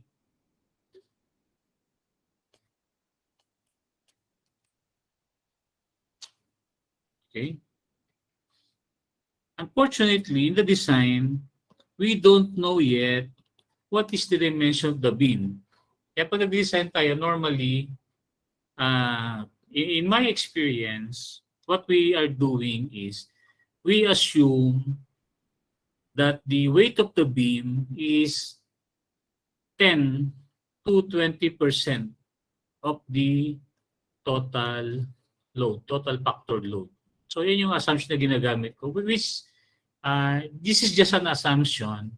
Okay? So after determining the beam size, you can back check whether still within the range. Okay? Bawa, nakuha mo yung 0.6 by 1.2 meters. So solve mo yung actual beam weight niya multiplied by unit weight. So pag nakita mo na within the range naman, less than siya doon sa assumption weight, okay na siya. Okay? Kaya lang pag newly first time designer, it's very hard to approximate, okay, the size of the beam. So you can rely this one on this range. Anyway, this is just assumption. So after designing, ma-check mo naman siya. By the way, kailangan natin pala ng unit weight ng concrete. So we assume that the unit weight of concrete will be 24.5 kilonewton per cubic meter. So in some books, okay, they are using 23.56 kilonewton per cubic meter. So take note that this 23.56 kilonewton meter is for standard reinforced concrete. O standard, ibig sabihin, yung ano mo kasi, weight mo nung beam, okay? Siyempre, pagdagay ka ng bakal dyan, mas maraming bakal, okay? Mas mabigat. Although nireplace mo yung concrete, okay, by reinforcing bars, but take note that the unit weight of concrete is only 23.56 kilojoules per cubic meter, whereas the unit weight of steel is 7,850 kilonewton, kilogram, okay, o 77 in terms of kilonewton, 77 kilonewton per cubic meter. So meaning more than double. So almost 3 times. Okay? Kaya sa office, ang pinapagamit ko sa mga junior engineers ko, mga designers, is 24.5 kilonewton per cubic meter. So anyway, that's only design practice. So in the future, pag nakagawa na kayo ng mga design ninyo, pwede kayong gumawa ng database. Nag-design ka ng beam, ito yung unit weight na kuha nyo, considering the reinforcing bars. But take note na yung reinforcing bars na yan, may mga stirrups pa yan. Okay? May mga stirrups pa yan, may mga tawag doon, may splicing pa yan. Okay? May mga other bars pa nakalagay dyan. So, based on our experience, ang average na nakuha namin is 24.5 kilonewton per cubic meter. Okay? Sa other countries like sa Japan, sa Germany, ang ginagamit nila is 25 kilonewton per cubic meter. But still valid. Kasi assumption na naman yun. Ibig sabihin, mas pa nga yan, mas conservative pa, mas malaki yung ginamit mong unit weight ng concrete. Pero wag lang gamitin mo na bawa 25, gagamit ka 40. Ay medyo questionable na yun. Kasi wala na doon sa wala siya sa standard practice. So 23.56 or 25, pwede yan, pwede mong gamitin. Okay. So, weight due to beam. So, weight due to beam. So, W, kasi beam na lang. Then, meron kang trapezoidal. Okay. So, ito yung meron kang trapezoidal. Di ba pala? Yung parang di magulo. Yung uniform load muna. So another uniform load coming from cantilever portion. So W cantilever. Okay. So ito yung uniform load mo due to cantilever.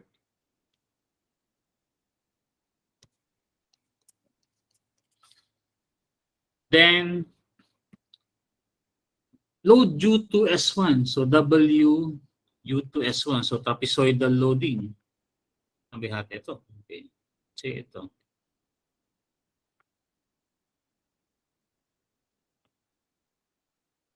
Okay. So WS dash 1. Then triangular loading. Okay. So this is for triangular loading coming from S2. Ayan. W coming from slab 2. Okay. Plus the reaction coming from B dash 2. So yan yung actual loading mo. Okay? Yan yung actual loading mo sa beam B1. Kaya ako sinabi siyang napaka-complicated no design ng beam B1. Kasi sa loading pa lang, complicated na.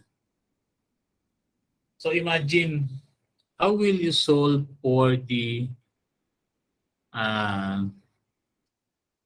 moment diagram or moment of this one? So normally, the critical moment is located where there is a concentrated load. Okay? But this triangular and trapezoidal loading can be further simplified. Okay?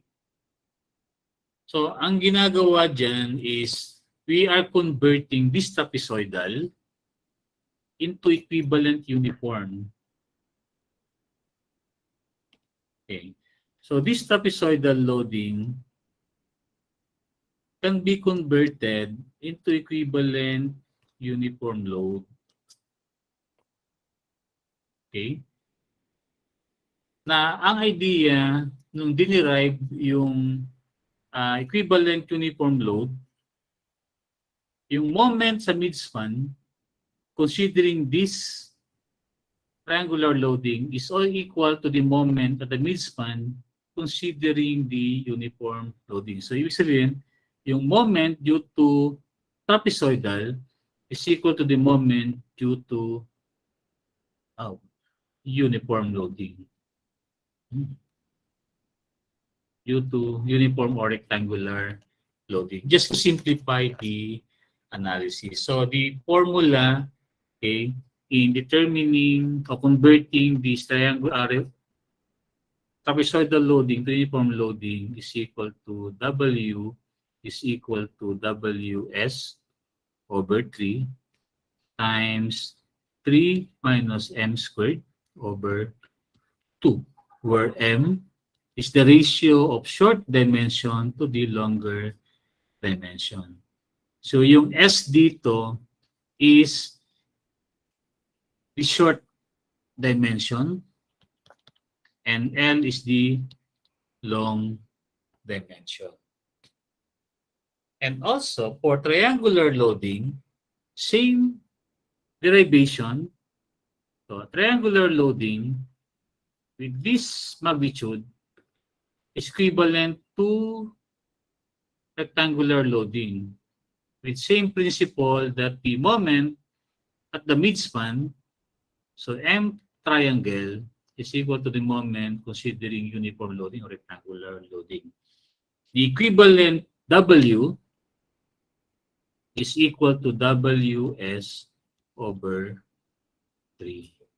So yan yung conversion to just to simplify this loading condition. Okay? So same true with this one, yung B1. So meron siyang uniform on both sides or coming from triangular, on left side, and trapezoidal on the right side. Okay. So first we solve for the reaction RB1. Okay. So yung RB1 o yung beam 1 natin has a triangular loading. So, meron siyang triangle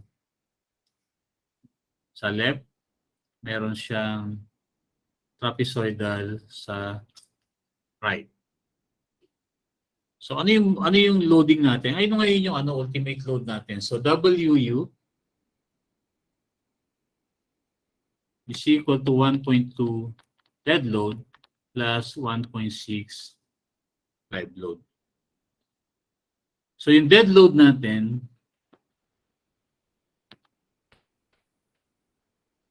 is equal to the superimposed dead load 1.5 kilopascal o kilonewton per meter squared plus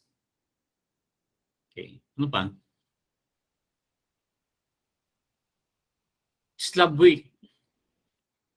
So yung slab weight natin is equal to 0.12, 120 millimeter times unit weight of 24.5 kilonewton per meter. So that will give 0.12 times 24.5 equivalent to 2.94 kilonewton per meter squared. So the total lead load is 2.94 kilonewton per meter squared plus 1.5 na superimposed dead load or equivalent to 4.44 kilonewton per meter squared. Then for your live load, so your live load natin is 2.9 kilonewton per meter squared. So therefore, WU is equal to 1.2 dead load, 4.44, plus 1.6 live load of 2.9 kilonewton per meter squared. So that will give equivalent value of 9.968 kilonewton per meter squared. So going back to the loading, considering this trapezoidal loading,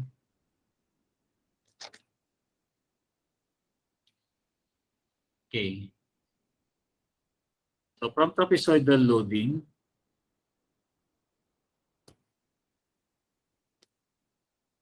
from trapezoidal loading, the equivalent uniform is equal to WS over 3 times 3 minus M squared divided by 2 or equal to W is 9.968. So WU, ultimate na siya, times S. So in this case, the short dimension is 3 meters times 3 over 3 times 3 minus M squared, S over L. So L is 4. S 3 over 4 squared divided by 2. So this will give a value of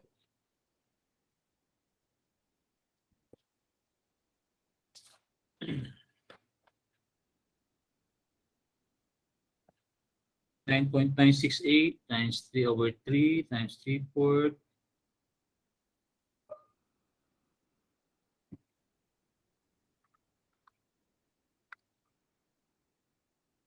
9.968 times 3 over 3 times 3 minus 0.75 squared. Error, 9.968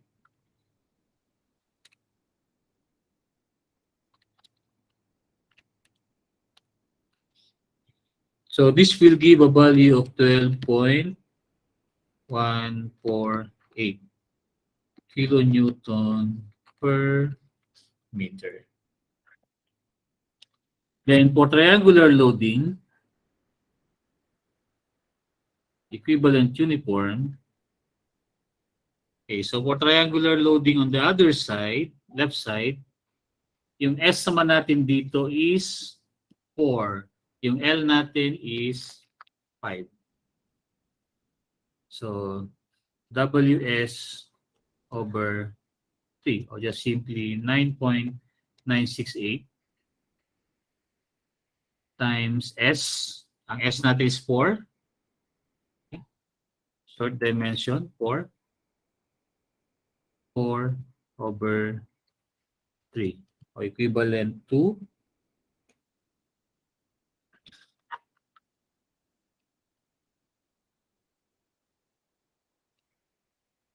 13.291 kilonewton per meter. So, the total reaction, okay, so meron tayong uniform load, or take note, B2 lang to. So, uniform load natin is 13.291 plus 12.148, o equivalent to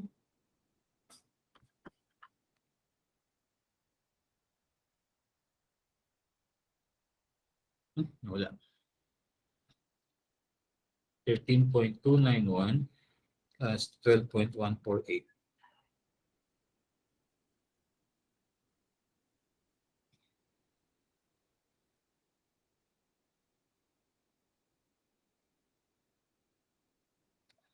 $25.439.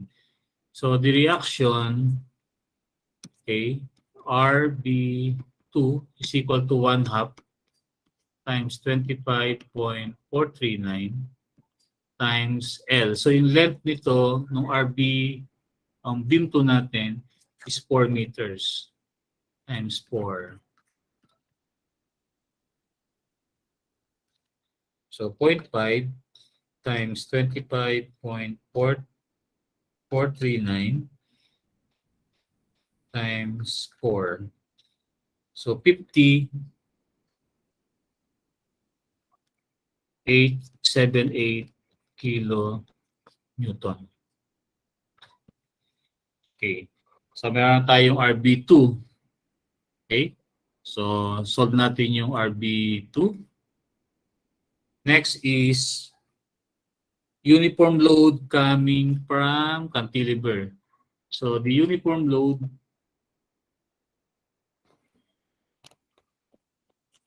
from cantilever.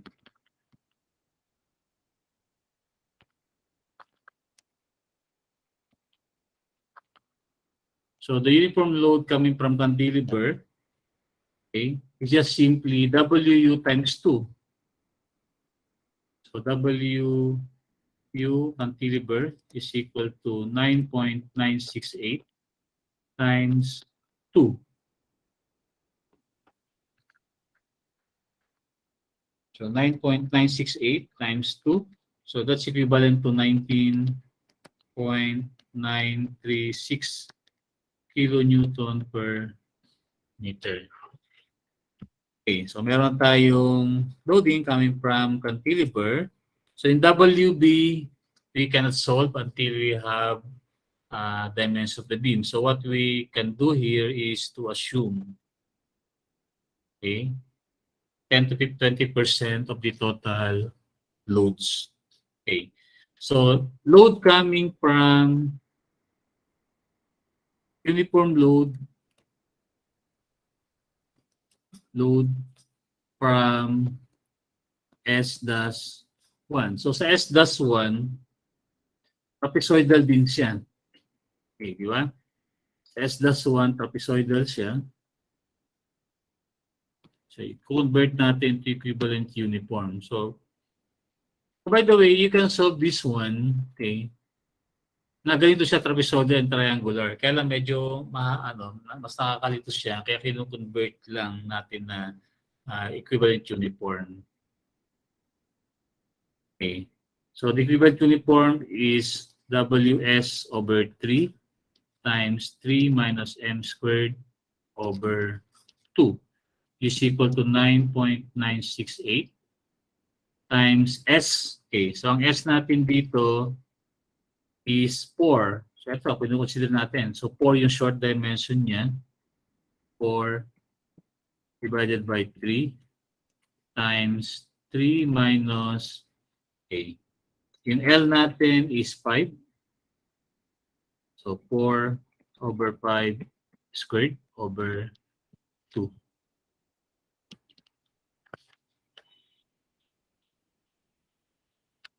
Okay. 9.968 times 4 divided 3 times 3 minus 4 divided by 5 squared divided by 2. So 15.683 kilonewton per meter. Okay. Ito pa. Yung S2 naman. S2 na titira. Okay, meron tayong WS1. So WS2, so uniform load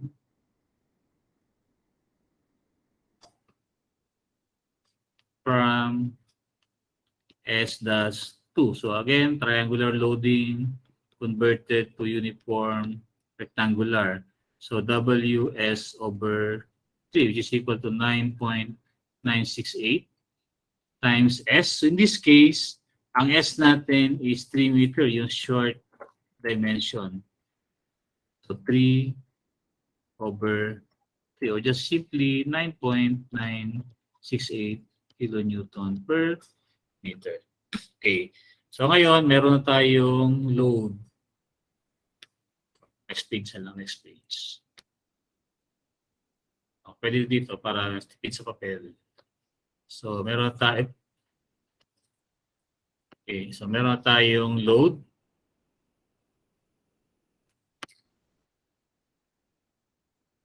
Uniform load due to cantilever.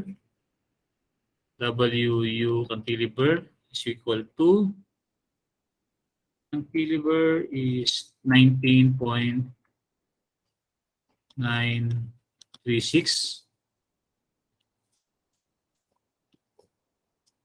So meron tayong dimension na 5 and 3.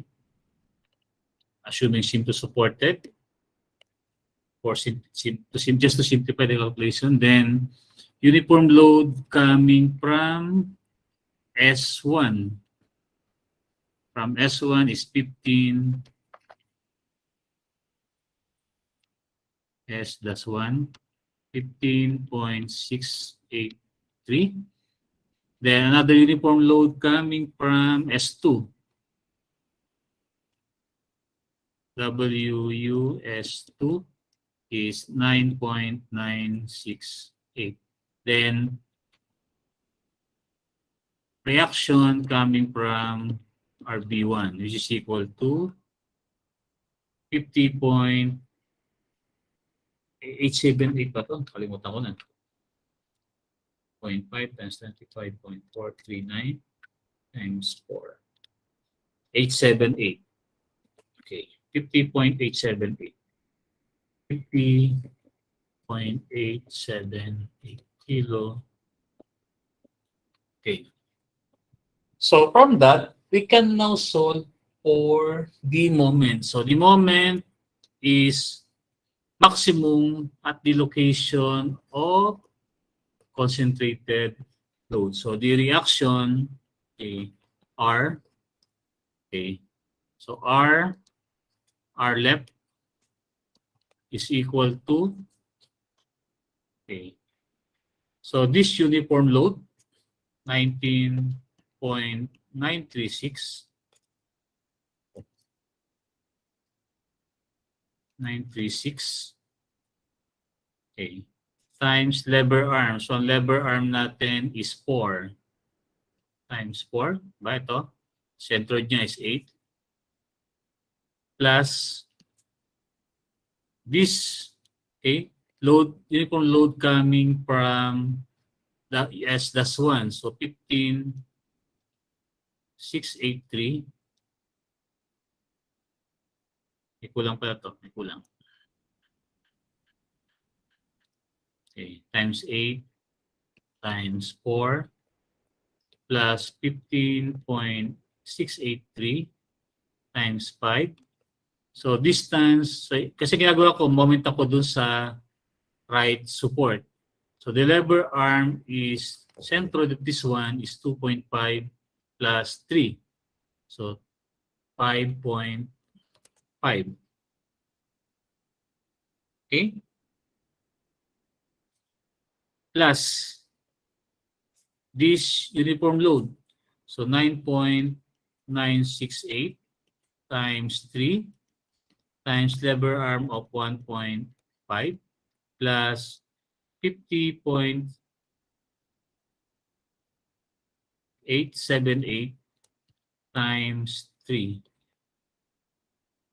So ang lever arm ng R is 8. So 8 RL is equal to this value. So RL is equal to 19.936 times 8 times 4 plus 15.683 times 5 times 5.5 plus 9.968 times 3 times 1.5 plus 50.878 times 3. Okay, divided by 8. So RL is, or reaction of L is 158.34. So kinuha natin yung reaction ng L para pag nag-moment tayo dito, complete na siya. So M max, okay, MU max is equal to, okay, 158.34 times lever arm 5 minus, okay, so this uniform load will create downward, okay, moment. Okay, so this downward moment minus 15.683. So i-add lang natin ito dalawa, plus 19.936 times lever arm of 2.5. So the maximum moment is 158.34 times 5 minus 15.683 plus 19.936 times 2.5. So the moment is 702.65 kilonewton meter. Okay? So yung RB1, wala siyang moment dito kasi na-coincide siya dun sa location ng point under consideration. So ito lang yung design moment natin. Okay. So from that design moment, okay, from our formula, okay, so meron tayong derived formula for BD squared using this value. Kaya lang, if we are going to use this value, this will give the smallest dimension of the beam, but maximum area of steel. Okay. So what we are going to do is to determine the BND or determine the required D considering maximum steel ratio and minimum steel ratio. So considering this formula, okay, considering maximum rho of 0.005. So ito, ang aim ko lang dito, kaya ako gagamitin yung 0.005 is para automatically yung pico na gagamitin is 0.9. Okay? So using that formula,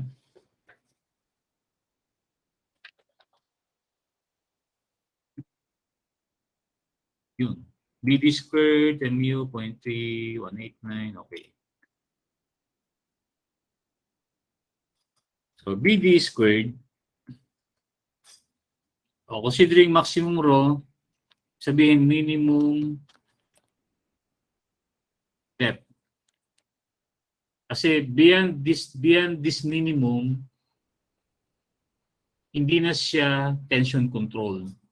So BD squared is equal to mu divided by P times 0.31875 beta 1 F prime C times 1 minus 0.1875 beta 1.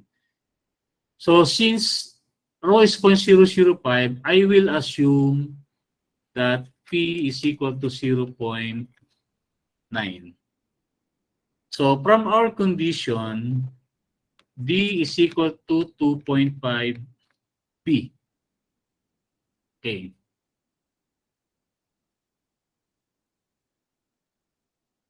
So if we substitute, okay, B is D over 2.5 B times D squared is equal to mu. So ang mu natin is 702.65. 702.65 times 10 to the 6 Newton millimeter divided by 0.9 times 0.31875. Okay. Beta 1 is, okay. So since F prime C is 28 megapascal, so beta 1 is equal to 0.85. 0.85 F prime C of 28 times 1 minus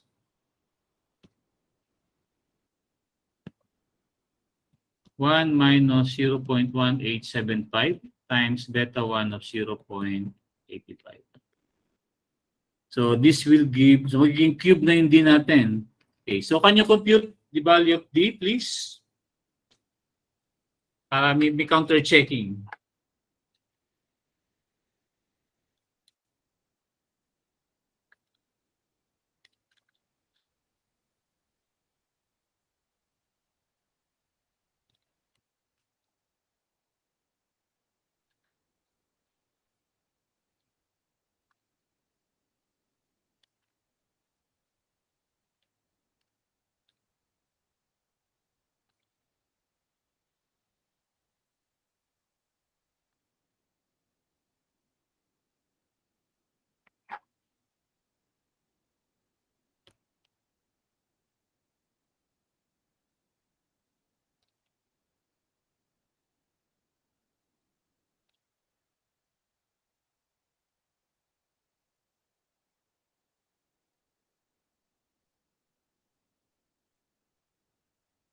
Okay, so I'm getting 673.91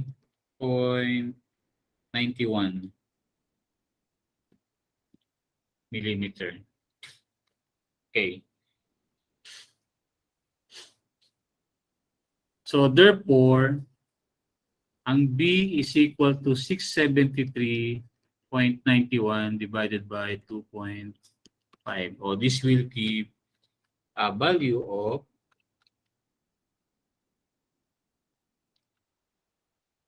269.56 millimeter.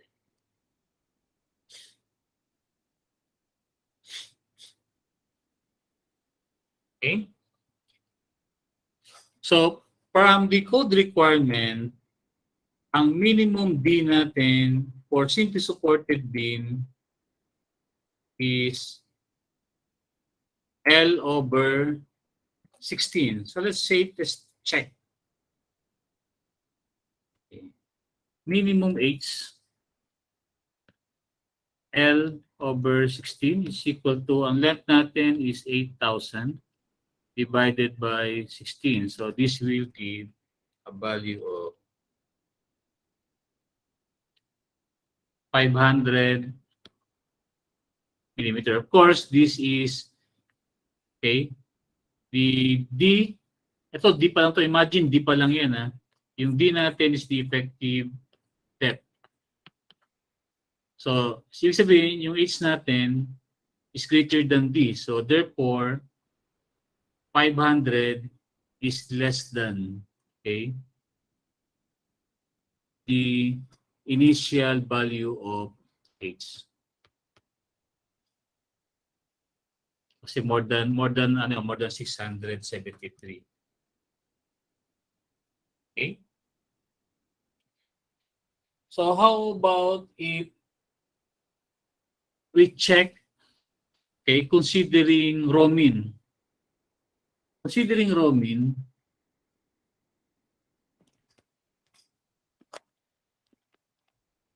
okay, considering raw mean,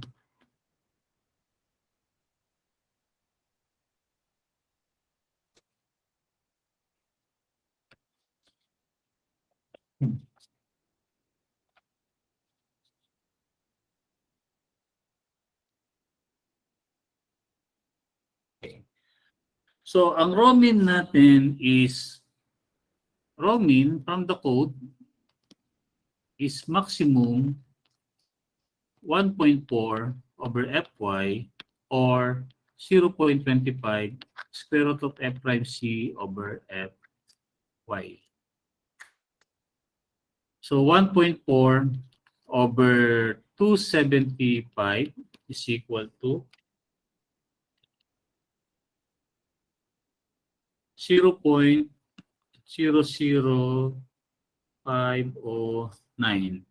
So 0.25 square root of 28 divided by 275. 0.25 square root of 28 by 275. So this will give a value of 0.00481. So therefore, raw mean is equal to 0.00509. Okay. So from raw mean, again, we can solve for B and D. So using the coefficient of resistance or this formula, okay,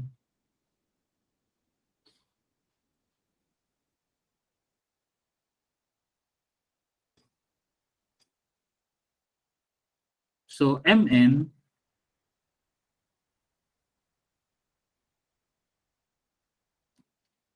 is equal to, hirap i-memorize yung formula, masyadong mahaba.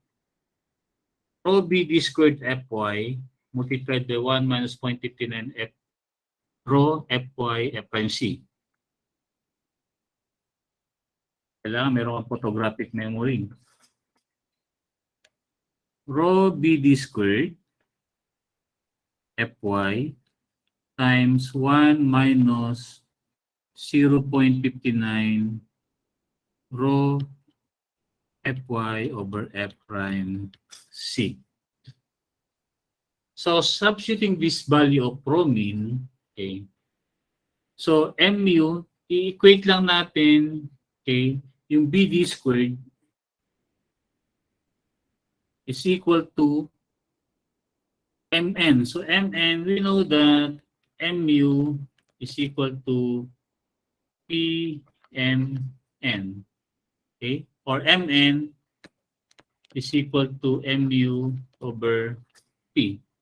So mu over P, baba natin yung P, times rho Fy times 1 minus 0.59 rho Fy over F prime C. Okay, so substituting the values, the moment at 702.65. So 702.65 times 10 to the 6 Newton millimeter divided by P. So as initial assumption, P is 0.9 times rho of 0.00509 times Fy of 275 megapascal times 1 minus 0.59 times rho 0.00509 times Fy 275 over F prime C 28. Then again, D cube kasi yung B natin is equal to D is 2.5B. So D cube over 2 lumaki.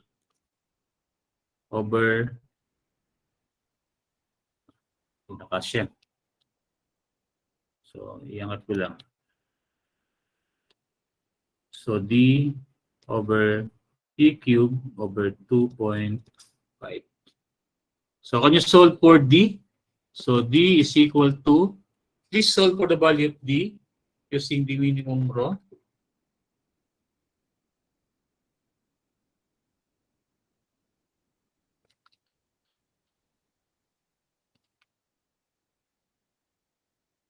Two 75.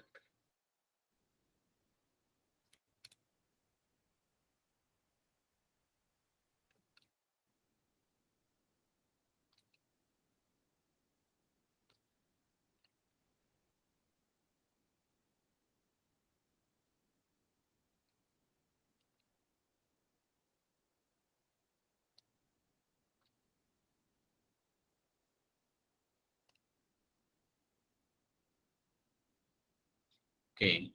So the value of D is 1128.40 millimeter. So B is equal to 1128.4 divided by 2.5 or 451.359.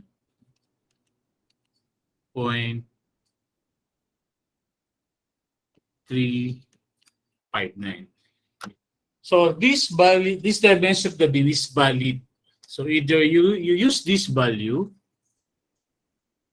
or the other one, this one. Okay. The only difference, if you are going to use this one, you can get the maximum AS. But if you are going to use this value or dimension, you can get the minimum AS.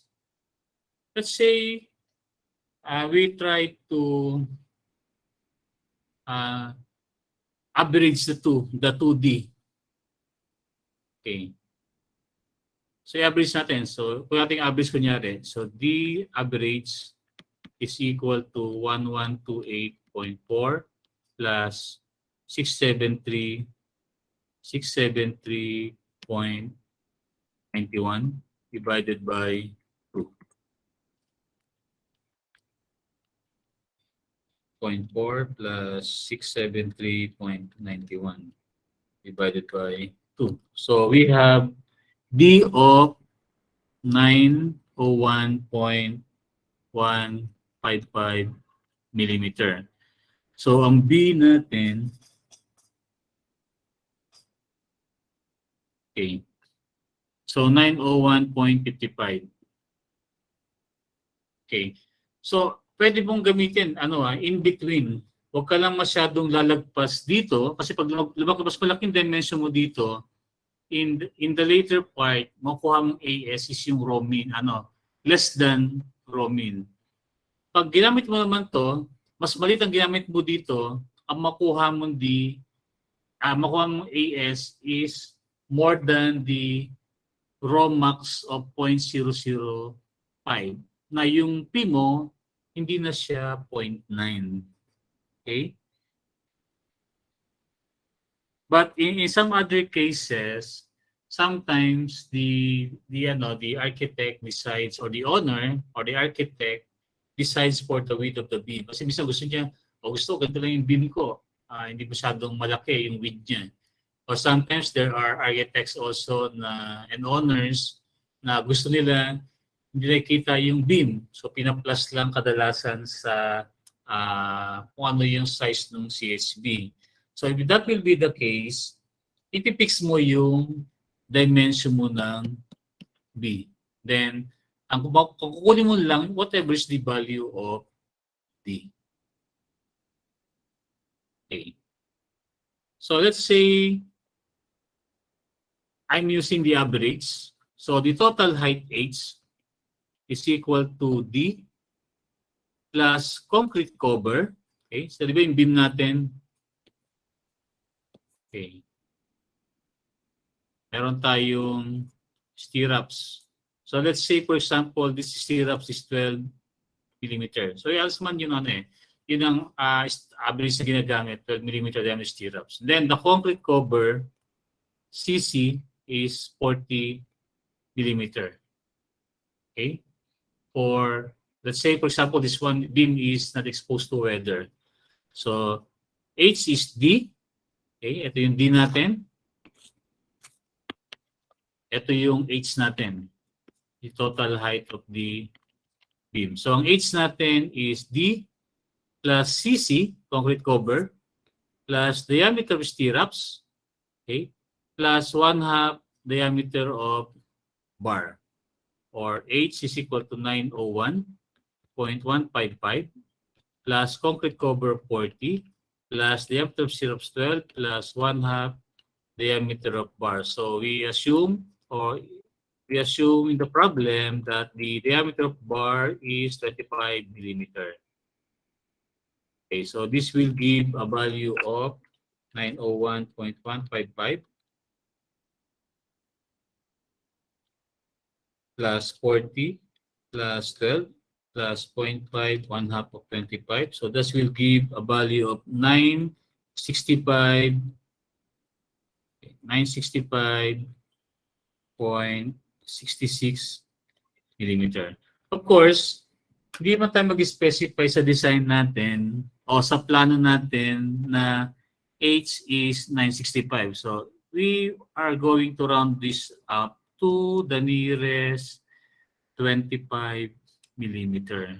So either you can use 975 or 1,000 millimeter or 1 meter. So normally, yung 975 kasi medyo mahirap pa sa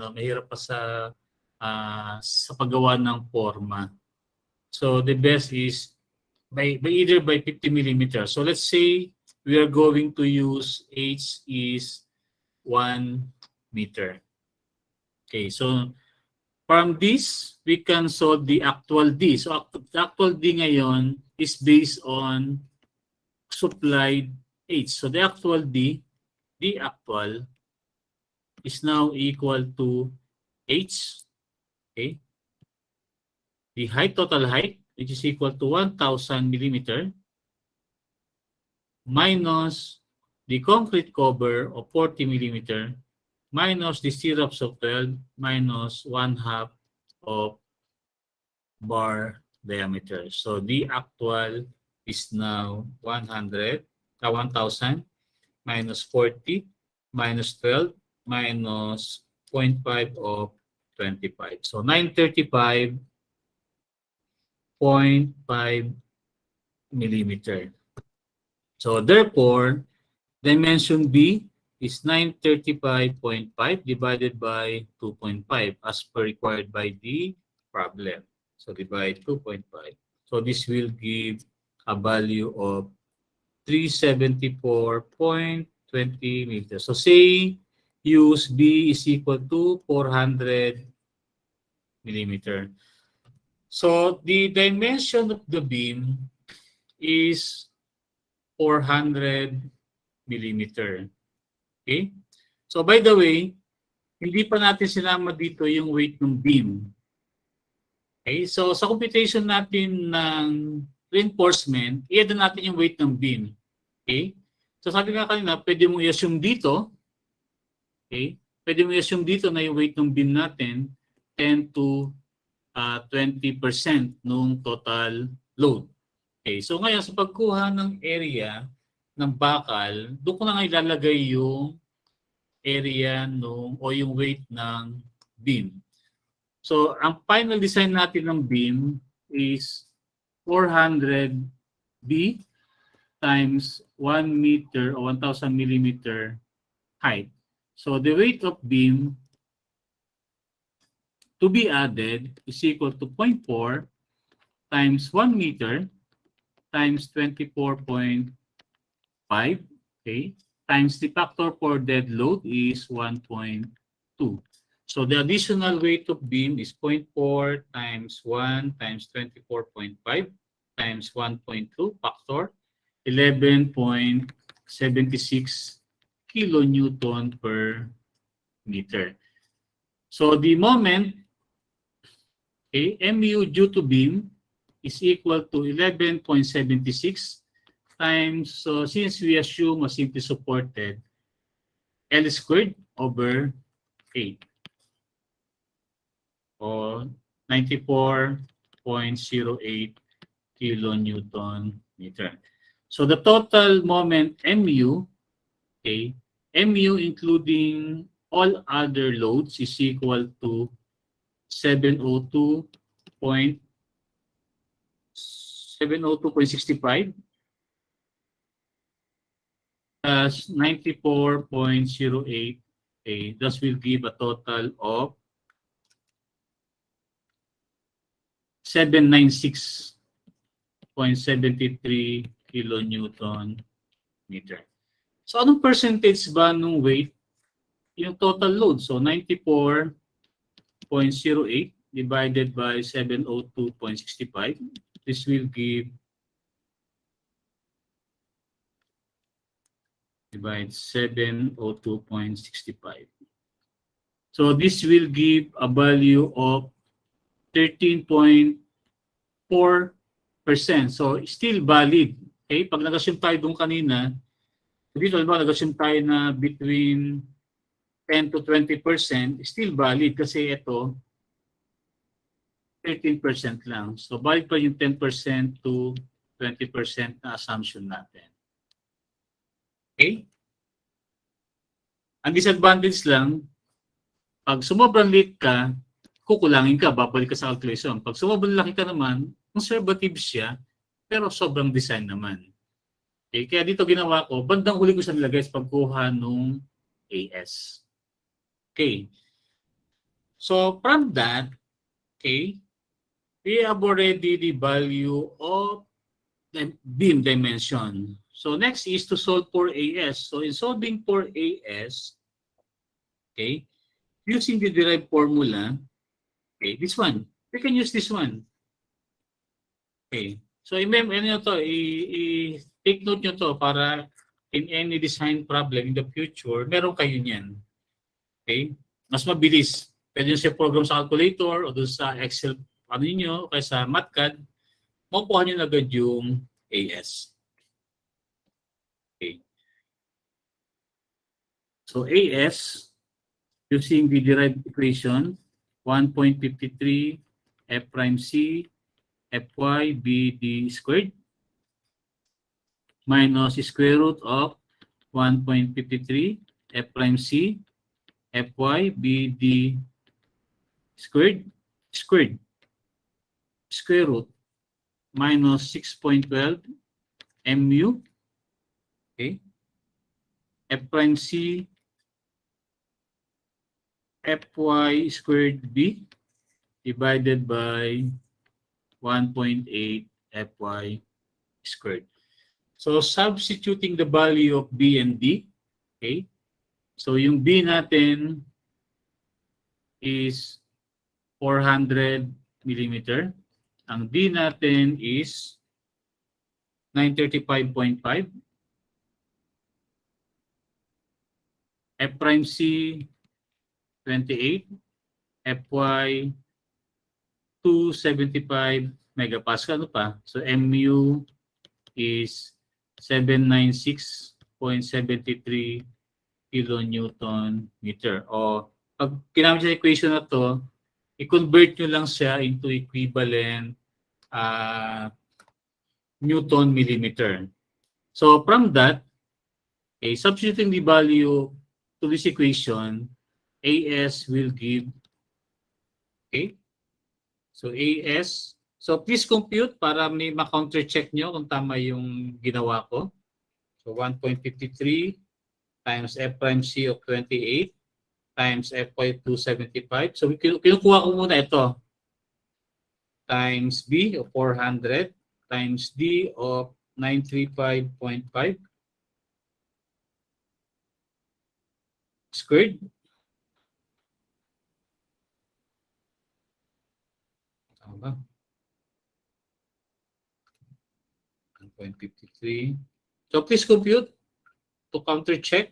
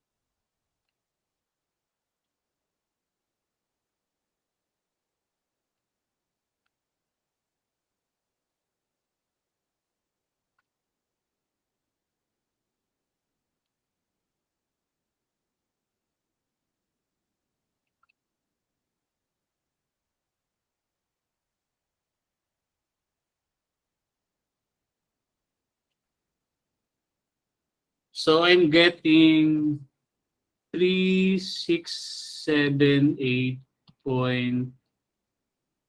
Oh, mali ah. Ulit na ulit. Something wrong.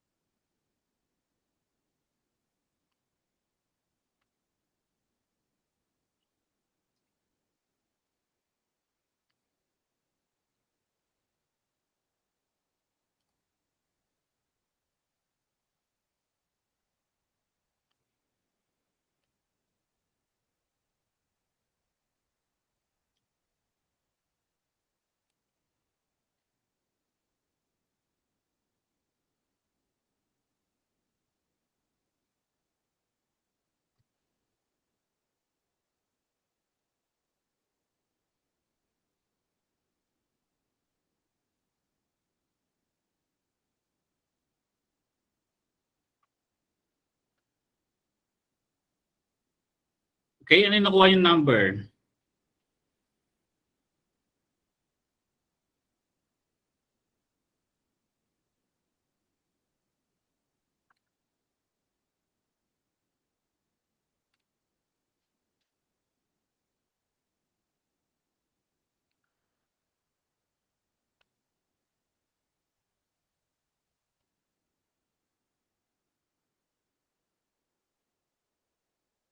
Wala pa lang squared.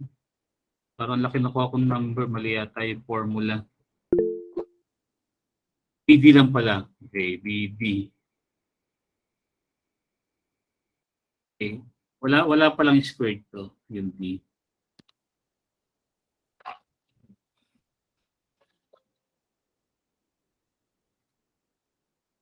Okay, ano yung nakuha nyo?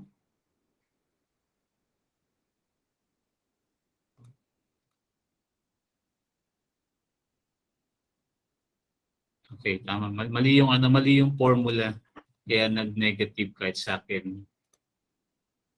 So 1.53 times FMC times FY 275, B of 400, D of 935.5 squared minus 6.12 mu 796.73 into the 6 Newton millimeter, F prime C 28, 275 squared times 400 D square root. Okay, then 1.53 times 28 times 275 times B of 400 times D of 935.5. Okay, divided by 1.8 times 275 squared.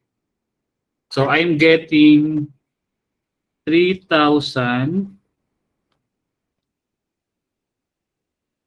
3,646.33 millimeter squared. So using 25 millimeter diameter bars, the total number of bars N is equal to AS divided by area of one bar. So 3646.33 divided by area of 25 millimeter diameter bar. So 25 squared. So this will give a value of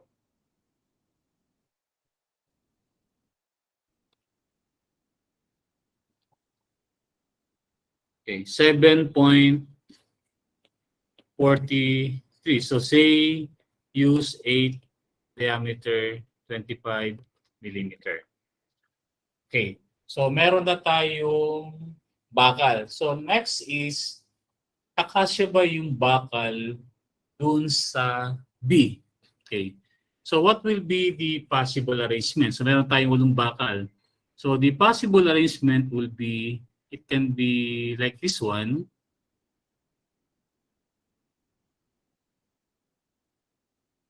Okay. 2 bar bundles. Okay. So this is 400 millimeter.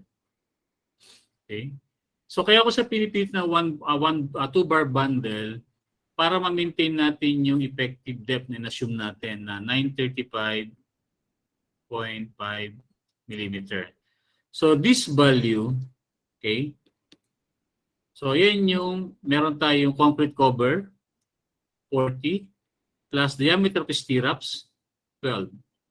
Okay? Or equal to 62. So meron tayong 62 on both sides. Okay. Then this value is equal to dalawang 25 is 50. So the clear spacing of bar CS is equal to 400 minus 2 times 62 minus, ilan yung bakal? 1, 2, 3, 4. 4 times 50. Okay, divided by how many spaces? 1, 2, 3. So 3 spaces. So this will give a value of 400 minus 2 times 62 minus 4 times 50 divided by 3. So this will give a value of 25.33 millimeter.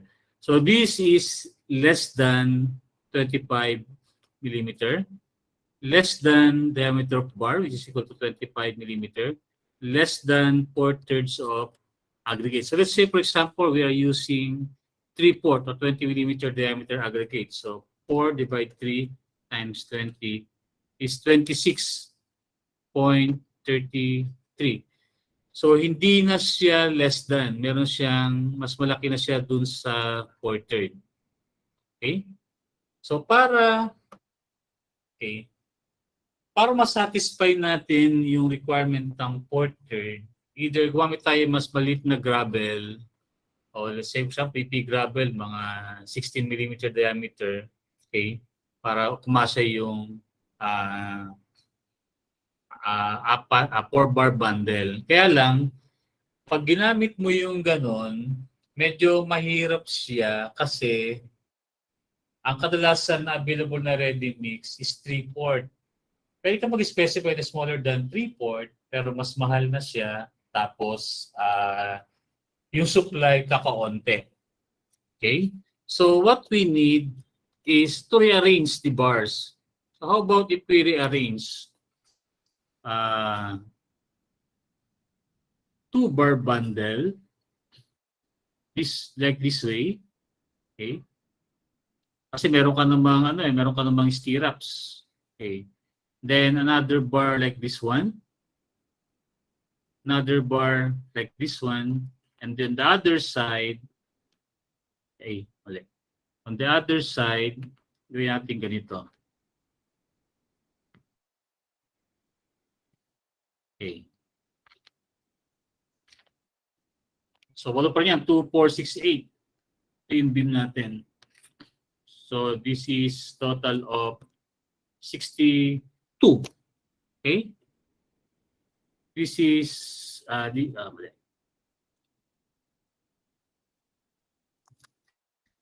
so this is 62. So this one is 25. This is 50. Also this one 50. This one is 25. So similar to the previous problem, spacing, we have 1, 2, 3 bars or 3 spaces. So ito ngayon yung clear spacing. So CS, okay, will now become 400 minus 62 times 2 minus 25 times 2 minus 50 times 2 divided by number of spaces 3. So this will give a value of 400 minus 2 times 62 minus 2 times 25 minus 2 times 50. Oh, mali. 400 minus 2 times 62 minus 2 times 25 minus 2 times 50. So this will give a value of 42 millimeter. So again, greater na siya dun sa 25. Greater na siya dun sa diameter of bar, which is equal to 25. Then greater na siya sa 4/3 nung aggregate, assuming 20 millimeter diameter. So mali pala yung kanino. Dapat greater than. Mali pala to. So greater than, less than. Okay. So tama lang ngayon yung spacing natin. So pasok tayo sa code requirement. Okay. So from that, yan na yung design natin ng beam. But again, yung P natin is assume lang na 0.9. So take note that yung bakal na kuha 7.443, nagdagdag tayo ng, para maging 8 siya, nagdagdag tayo ng area ng bakal. Ngayon, checkin natin ngayon, yung P ba natin 0.9 pa rin. Okay? So madalas ang checkin. Okay. So, by ratio in proportion, considering the strain, 0.003, so actual strain. So this is C, which is equal to A over beta 1. So ang A natin is AS Fy over 0.85 F prime C B. So ang AS natin is 8 na 25 times Fy of 414 divided by 0.85, F prime C of 28, and B of 400. So this will give a value of A equal to 8 times area nung 25 times Fy divided by 0.85 times 28 times 400. So this will give a value of A 170.77 millimeter. Since F prime C equals 28 MPa, so therefore beta 1 is 0.85. So C will now become 170.77 divided by 0.85. So this will give a value of 200.91, okay, so this is D, which is equal to 935.5. So again, by ratio in proportion, 0.003 is to 200.91 is equal to 0.003 plus strain of steel divided by 935.5. So E strain of steel is equal to 0.003 times 935.5 divided by 200.91 minus 0.003. ES is 0.01097. So this is greater than 0.005. So therefore, tension control. So tama ngayon yung assumption natin na P. So let's say we are going to check ano ba talaga yung AS? Baka may factor of safety pa tayo doon sa ultimate.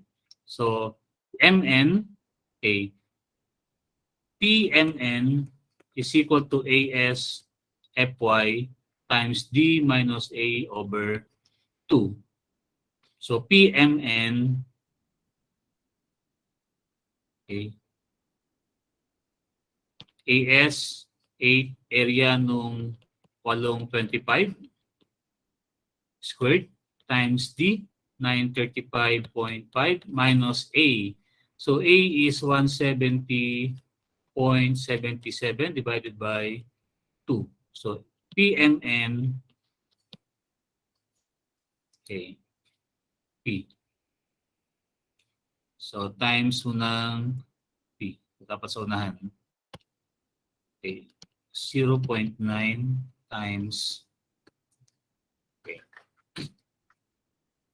So 0.9 times area ng 8 na bakal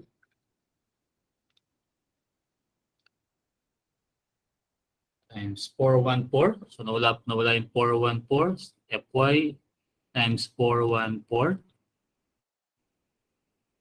times D 935.9 times 8 times area nung 25 mm na 8 times FY 414 times D of 935.5 minus 0.5 of 170.77. Okay.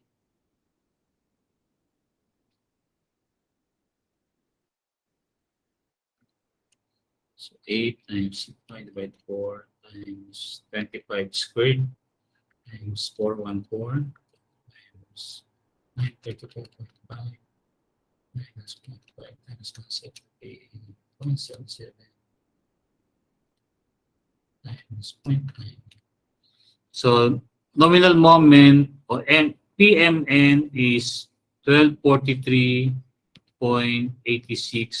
kilonewton meter. So this is greater than, as expected, this is greater than 796.73 kilonewton meter. Okay. So meron pa tayong allowance na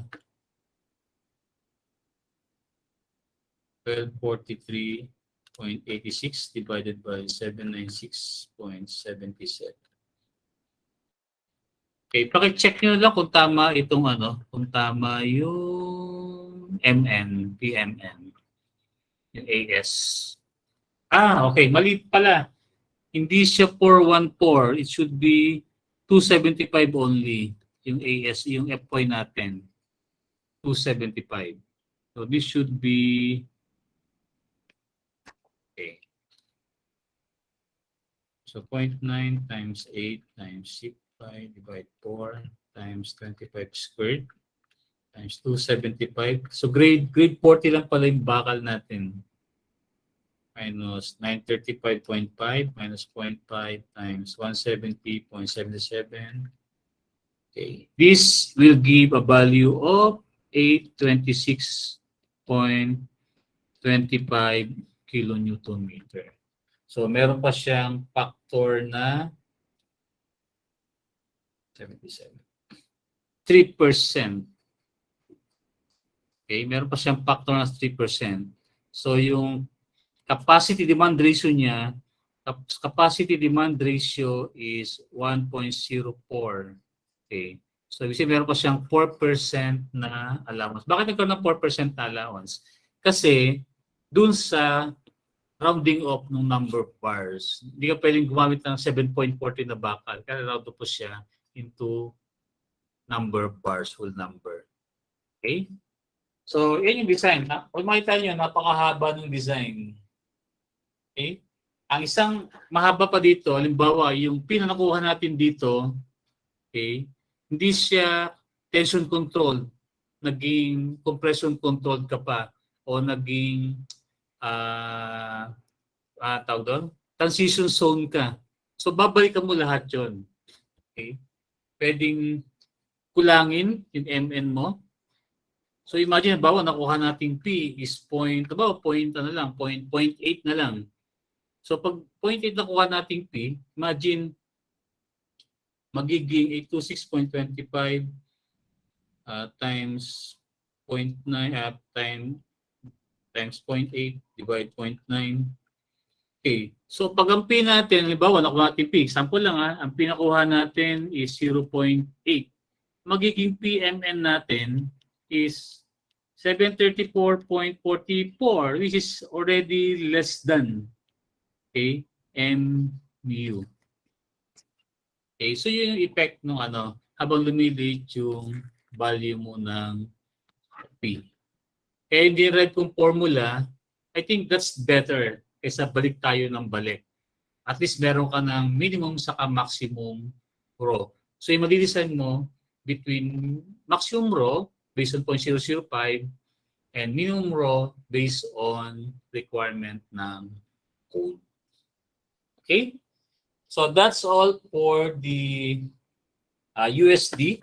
So next meeting, next Friday, we'll be discussing the remaining double reinforced, super T, T-beams, and regular. So yung concept naman, parehas lang ang WSD. Ang difference lang, ito nga yung formula, saka yung load factors. Okay. So any question? Okay, again, i-upload ko itong natin, lecture with notes para meron kayong another Okay? So for that, okay? So yung exam natin, so please give me day, kung ano yung time, day and time na pare-pares kayong bakante para except Friday, pwede Saturday, pwede Sunday, anytime except Friday. So kung gusto nyo ng Friday, wag lang dun sa 6 to 9 p.m. para mapag-lecture pa tayo. Okay? So may questions? So we extended, sorry for the extension, extended 20 minutes. Okay? But anyway, nagsimula naman tayo 6:15 naman. So halos parang 3 hours lang din yung lecture natin. Okay? Okay po, sir. Yes, may questions? Mukhang wala naman po, sir. Okay, isa pang nakita ko pala doon sa solution natin, mali yung nagamit kong value nung yung FY. Paki-correct nyo na lang or pwede kong i-edit na lang. Hindi mo malalay yung sagot Halos parehas din naman yun. Okay? Kasi delete lang yung moment capacity pero safe pa rin yun. Kasi nung kinuha naman natin yung AS based sa 275 na FY. Nasanay kasi ako na yung lagi ginagamit ng FY grade 60. Okay? Kung wala nang questions, thank you everybody and good night. Sorry for the extension. Thank you Thank po, you po, sir. sir. Thank you. Good night po. Good evening po. Thank you po, Thank you po, sir. sir.